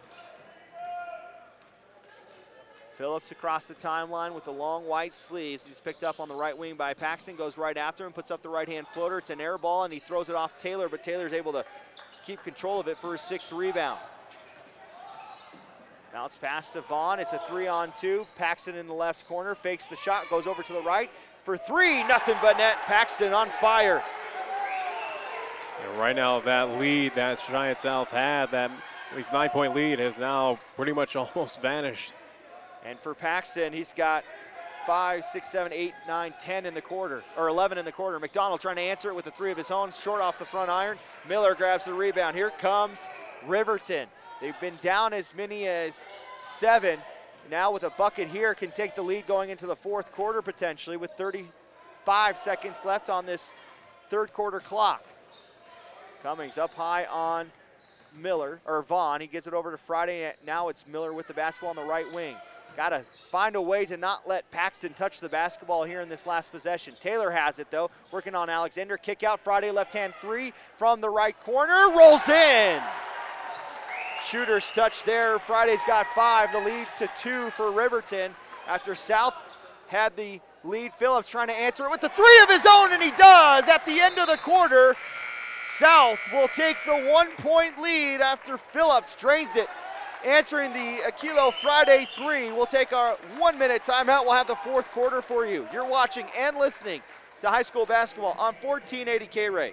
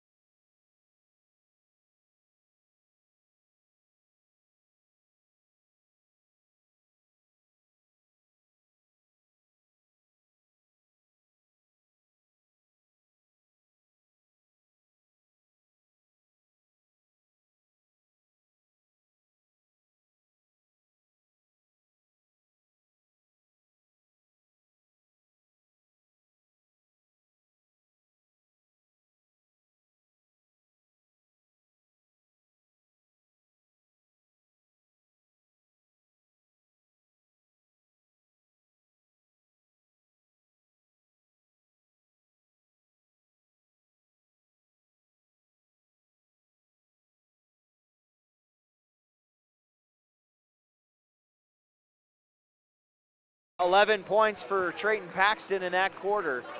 And but the biggest shot came from Caleb Phillips at the end of the quarter to give South the 1-point lead in the fourth quarter. It's simple enough right now as we get ready for the fourth quarter. We got a ball game on our hand, folks. This is a fun one right now as, again, both offenses starting to feel at least the rhythm. Again, going back and forth. This is a must-watch. Again, looking forward to the next 8 minutes here of this contest. Lang with the basketball as Riverton will start with it. It's Moore, Taylor, Lucas, Paxton, Lang on the floor for Riverton. Ray, Scott, as Paxton puts up the deep two and got it to fall. Retaking the lead is Riverton. Scott, Ray, Kari Wright, Phillips, and Cameron Bird on the floor for South. Phillips will put up a deep three from the right side. Bank shot off the mark. Lang grabs the rebound. Lang across the timeline. Bird tried to come up with a pickpocket, and he got caught for trying to steal as he'll pick up his second foul, team fourth. Kind of bring in a hockey analogy, almost tried to do a little poke checking there, but unfortunately gets called for the foul. Lang with the basketball as Paxton has really been everything as advertised. As Wright comes up with the steals, they try to get it inside to Taylor. Bird going into the lane, working on Paxton, and Bird will go to the line as he was fouled by Trayton Paxton, and he looked like he got maybe some hands caught in the cookie jar. Was like, what, me? Kind of going, hey, that wasn't me at all. Team's fifth foul called on Riverton. Bird will go to the line for the first time tonight, just 45% on the season. He does have 9 points. Make that 10 as he goes nothing but net. And in these close games, Nick, one thing you're going to look at is the free throws and how you do with that, as Paxton will come out and Friday will come in. You kind of eliminate those first 3 quarters for both teams, especially here for South, and kind of wipe that out of your memory and go, yes, this is where we need it. Yeah, in a close game, the free throws can win you the ball game, it can lose you the ball game. Bird trying to give South the lead again, and he doesn't as it rattles in and out, and it's going to be last touch by Ray. And all 3 guys that were inside the paint for South did not like that call. We're tied up at 51s. Lang with the basketball. Ray up high playing defense on him. Ray's got to be careful too. He's got 3 fouls. Lucas with the basketball. Dribble back to Lang, who loses control but gathers it in before it crosses half court. Ray pounding him on the left hip, and they'll get the hand check foul. It's his 4th, team 5th. And as fouls now starting to mount up, at least again for both teams. Cummings will come in for Leandre Ray again, who has 4 fouls on him.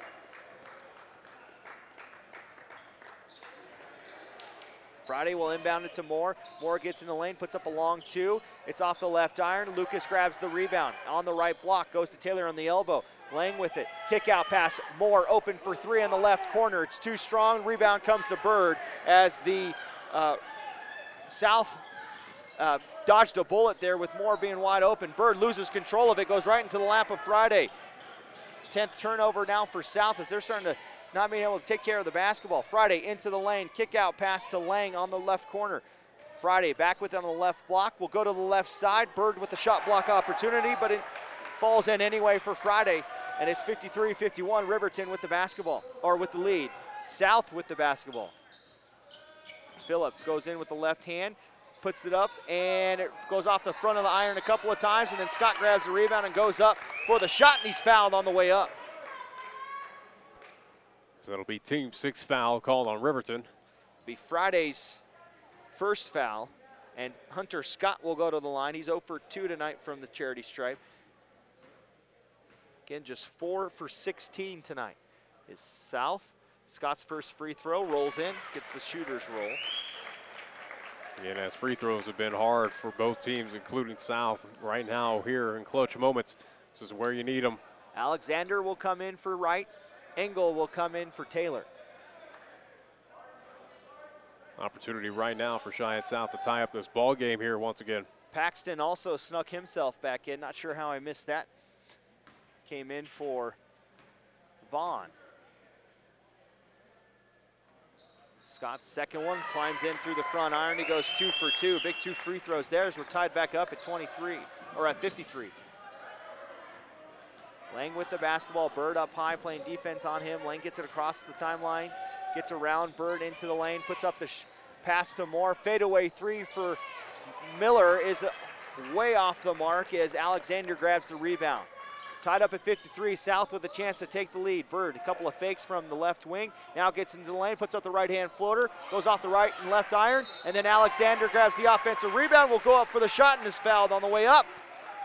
Alexander supplying some big-time minutes for Coach Jeff Bailey as Engel picks up his first team 7th. And that will be bonus time for the remainder of 5:35 here in the 4th for Cheyenne South. Coach Sheets wanting a jump ball call. Didn't like the foul called by the official right next to the scorer's table as Alexander's first free throw attempt rattles in and out as Damon DeVries will come in for Miller.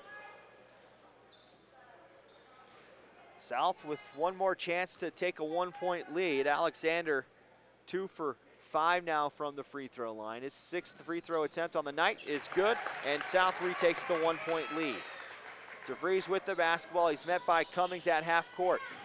Cummings distracts DeVries enough to where DeVries dribbles it out of bounds. It may have been last touched by Cummings as Sheets shakes his head again, but South will cause the turnover, the 11th turnover for Riverton. Now South with a chance to extend out the lead here. This 1-point lead. Trying to make it a 2-possession game if they can knock down the 3. Phillips with it on the right side. Looks in the corner, will now fake the handoff, goes into the lane, he's fouled. No, it's an offensive foul. Engel drawing the charge, and for Phillips, that's a huge 4th foul on him. The team 6th foul on Cheyenne South. And the fan base here and also to Coach Jeff Bailey not too happy with that call. If this was college or NBA, he would have been inside that cylinder that they have there, but in high school, they don't have it. The restricted area. Paxton up high, Phillips playing defense on him. Again, Phillips with 4 fouls. Lang with the basketball in the left corner, kick out pass, long 2 by DeVries, rolls out, and the rebound will come right back to DeVries. And he will travel before he's able to put up the shot. So lucky break there for South as Ray will come in for Phillips. As DeVries had a few extracurricular, at least, comments to the ref saying, hey, why not call the foul on that one? So Phillips, who's having a big second half, has to come out here in this 4th quarter with 4:50 left with 4 fouls. Bird, high screen from Scott, step back 3, puts it up, nothing but net, even with the hand in his face. Bird knocks it in, it's a 4-point lead for South. Across the timeline comes Dylan Lang between the legs dribble. He tried to drive and dish, and a foul called by Ray, and Coach Bailey not happy about it at all. And for Leandre Ray, if it is on him, that's his 5th.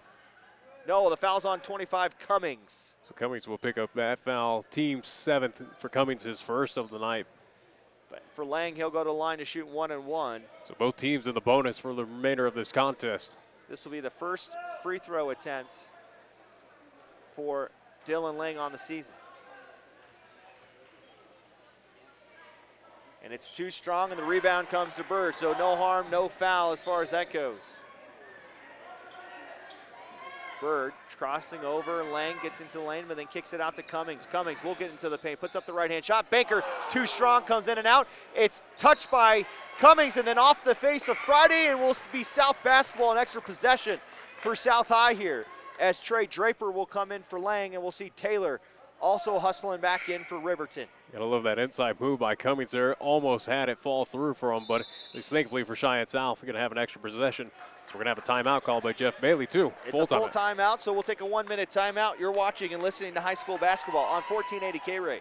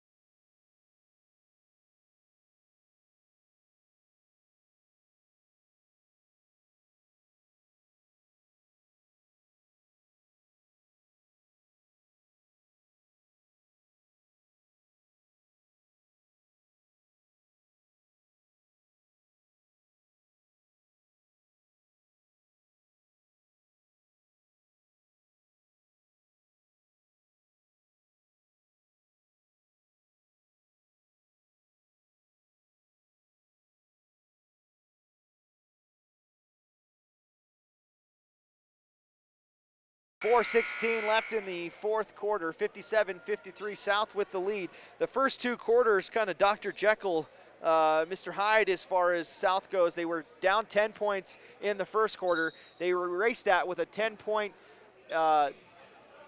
quarter over Riverton. The third quarter, just a 1-point difference, and here it's still tight. Alexander has the basketball, tries to kick it out to Ray. It's stolen by Draper. Draper with the basketball, headman pass to Paxton. Paxton's had the hot hand, he tits up the deep three, nothing but net for Paxton. 1-point lead now for South as we have a foul called by the official, and it looks like Jaden Cummings will go to the line to shoot 1-and-1. But how about Trayton Paxton averaging 23.5 points? We've seen some good scores in Eric Oliver, in Lawson Lovering. Trayton Paxton's got to be one of those guys that you'll see at the top of the individual point totals when it comes to 4A basketball in Wyoming. Absolutely, pure shooter. We saw that right there, again, hitting that clutch three. And only now for Riverton down by 1 point. Again, free throws pending right now for the Fighting Bison, though, of Cheyenne South. Paxton, a senior for the Riverton Wolverines. Cummings puts up the first free throw, and that falls in through the back iron. Big free throw, a shot hit by Cummings. They're now 7 of 21, just 33%, with one more free throw coming. Do want to mention Riverton did pick up their 18th foul.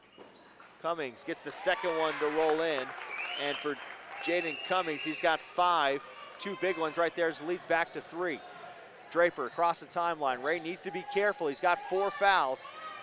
And then we got a jump ball and the possession arrow. No, a timeout before the jump ball. It's a 30-second timeout, and Coach Bailey's not happy.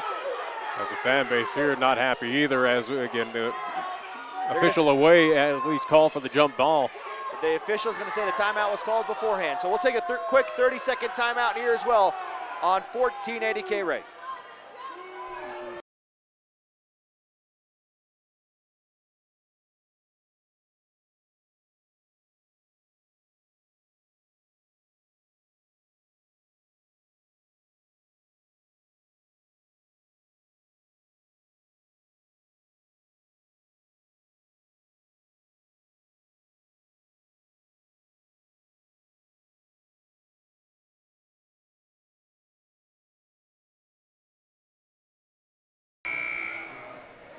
Trayton Paxton for Riverton with 26 points. A questionable call there by the officiating crew here at Cheyenne South. And then Cummings, too much contact on the inbound, and that's going to send Trey Draper to the line to shoot 1-and-1. At least finishing the thought there, again, as there was no huddle by the officiating crew. Again, the faraway official call for the jump ball. Near official towards the Riverton bench said it was a timeout called by him. Again, no huddle. Jeff Bailey not too happy. And again, the fan base here at South High as well kind of at least express their sentiments.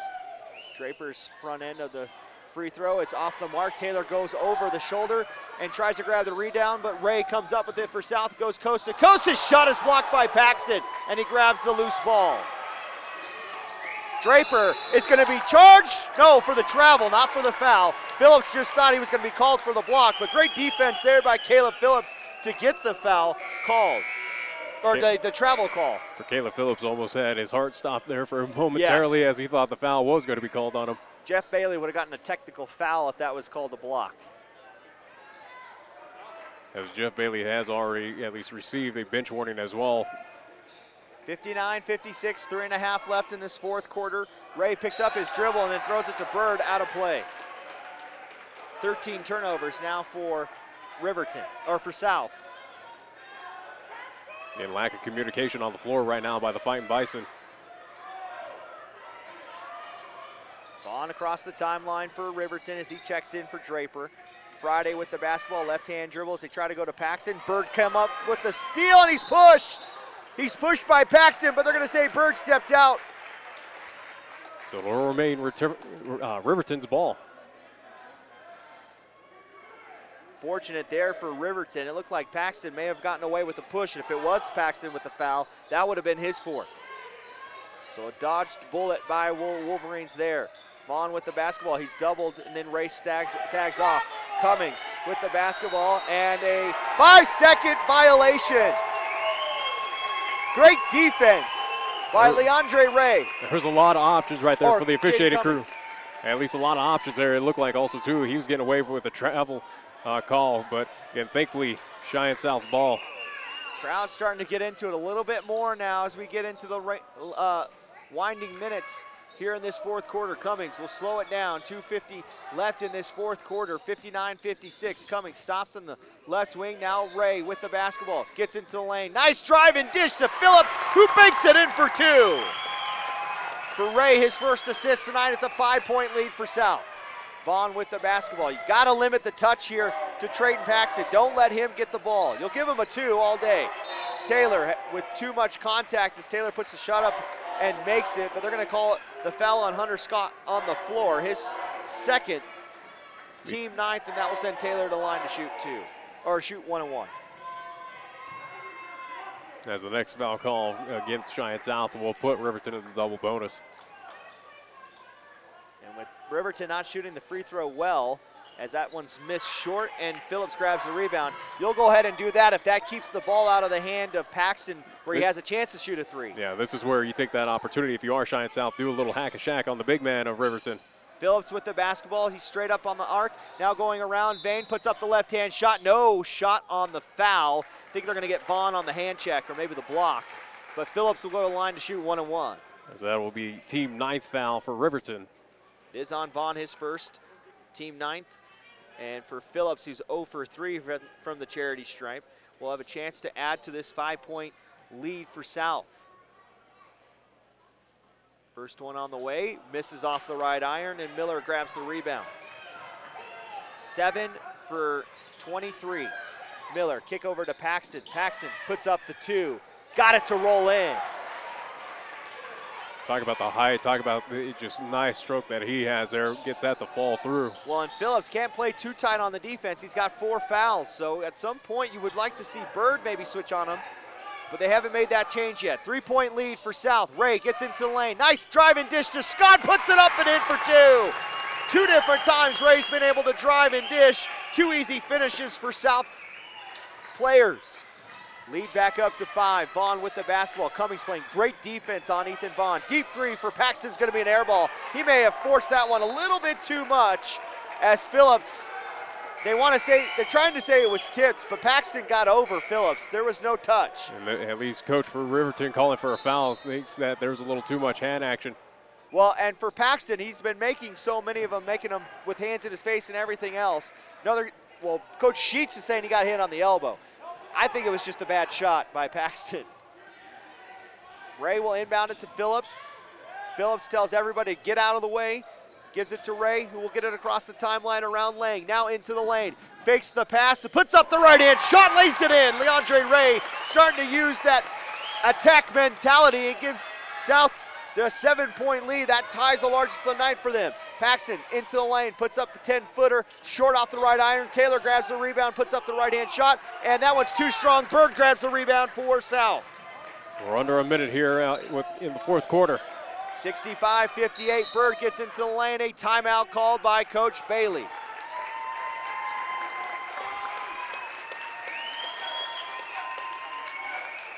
As we're still waiting for Coach Bailey to decide what.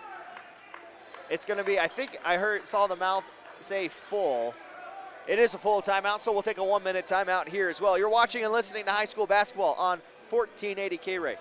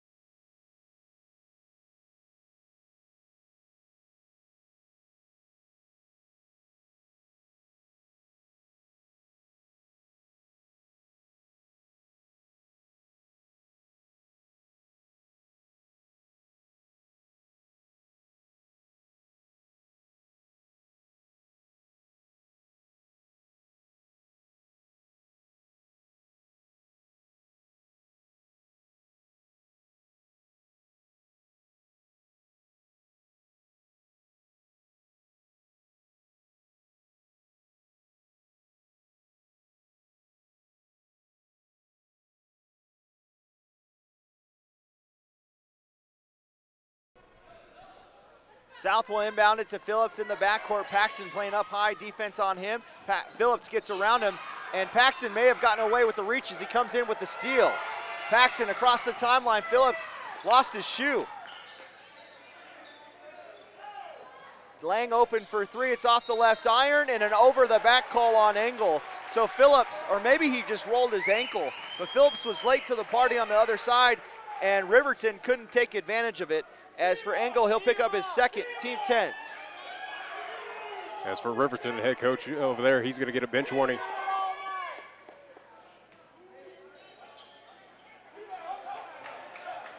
Coach Sheets and the official giving them a lot of opportunities to explain each other. I kind of like that too.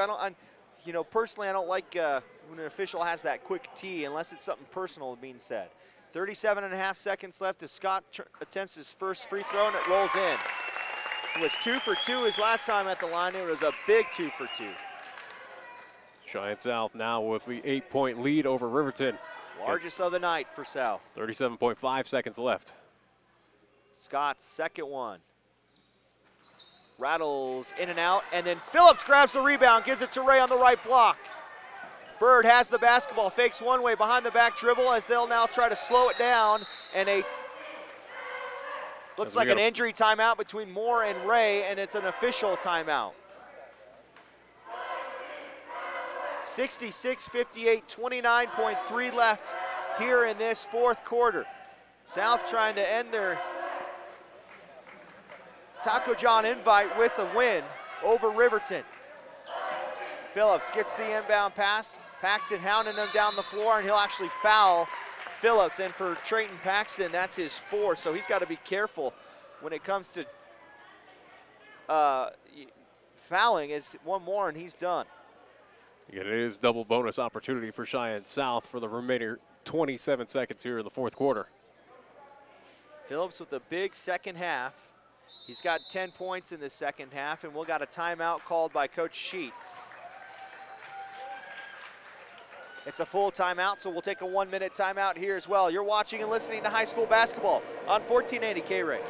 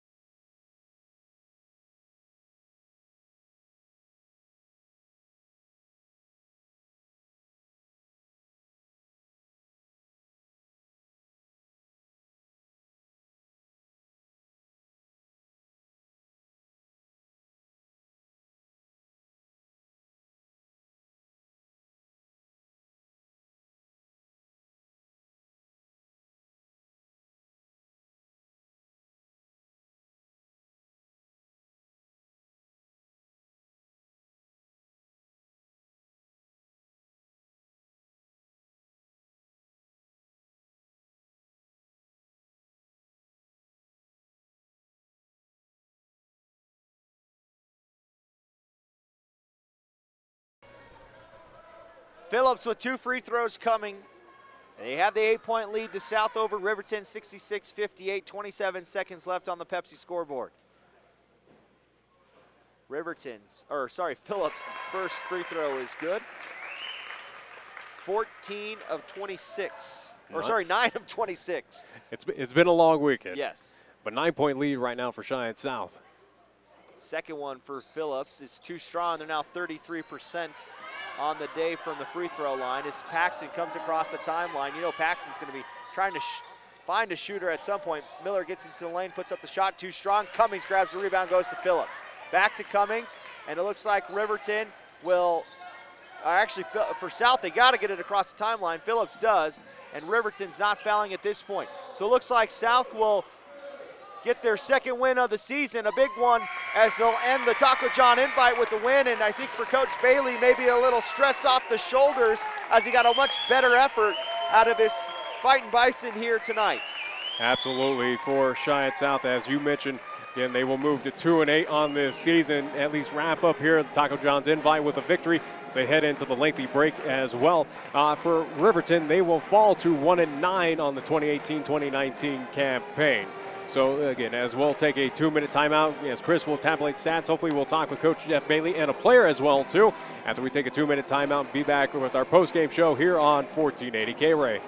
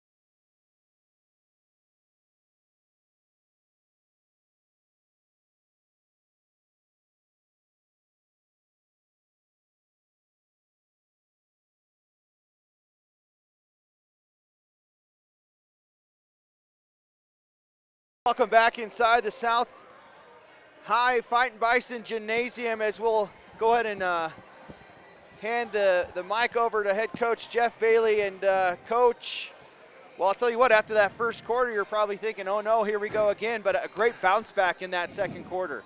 I was proud of our guys because I purposefully didn't call timeouts in that situation, because I've been saying the same things all year long in timeouts, and I was hoping they would kind of work through that on their own, and they did, and they responded in a great way. And I thought after that little stretch early there, they played a great game. If I told you you were only going to shoot 33% from the free throw line, and I told you you'd still win, how would you feel? How would you believe me for first off? Hey, we'll take anything yeah, right, at this point. Right. You know, a win feels good. That's certainly something we need to get better at. I think you know, we preach to the kids all the time that you have to be able to do the little things well to secure wins, and that's certainly one of those things. But I was proud of the way they battled, especially on the boards in the second half against some big kids. Thought we had some big defensive rebounds and even big offensive rebounds that helped us secure the win. And how about just the all-in mentality? 10 different scorers just in that first half. One coming off the bench, I believe Alexander gave you some really big minutes, 7 points off the bench, and probably a guy you weren't thinking you're going to have to pull out today. Well, he's another freshman like Leandre, and he's a kid that we like a lot. And anytime we can give him some early experience, I think is going to benefit him and our team overall, you know, for now and in the future. But he's a tough kid, and he's not afraid, and that's pretty rare as a freshman, and we've got two kids that kind of fit that mold, so it's nice to have. Anytime you go against a guy like Trayton Paxton, you know he's going to get his. It's almost like don't let anybody else kind of get going. But as far as Paxton goes, I mean, probably one of the best pure scorers in 4A. How tough was it for Phillips? And I think Burge kind of switched on. But as far as, you know, 28 points, you just kind of put your palms in the air and say, yeah, well, he's good. Yeah, unbelievable kid. I mean, and that was our entire game plan, is you stop Paxton and you make everyone else, you know, beat us. But to his credit, he had some unbelievably tough shots tonight. But at the same token, I thought our kids did a really good job and actually made it really tough on him, especially in the first half. And I was proud of their effort in that way. Talk about Phillips, a huge second half. We talked about him in the pregame, but he just did everything, you know, getting in front of guys, causing a travel, steals, rebounding, and hitting some really big threes, especially that big three at the end of the third quarter.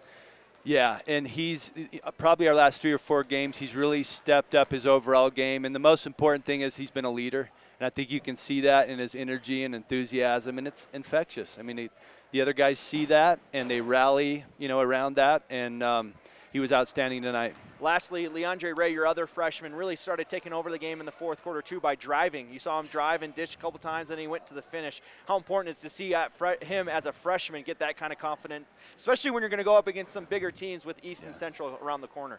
That's his game, and that was really neat to see because early on this year he's deferring a lot and even questioning me, how much can I do here, Coach? And we've given him free rein, and it was nice to see that he had enough confidence tonight to really attack the basket and not only score, but as you can see, he has the instincts to make that next pass to get his teammates a shot. Well, Coach, congratulations. Enjoy the win out of that mini-bye. We'll see you back at, I believe, Story Gymnasium here in a week and change. A 67-58 win for South. We'll take our final 1-minute timeout and have the stats for you right after this timeout on 1480 KRAE.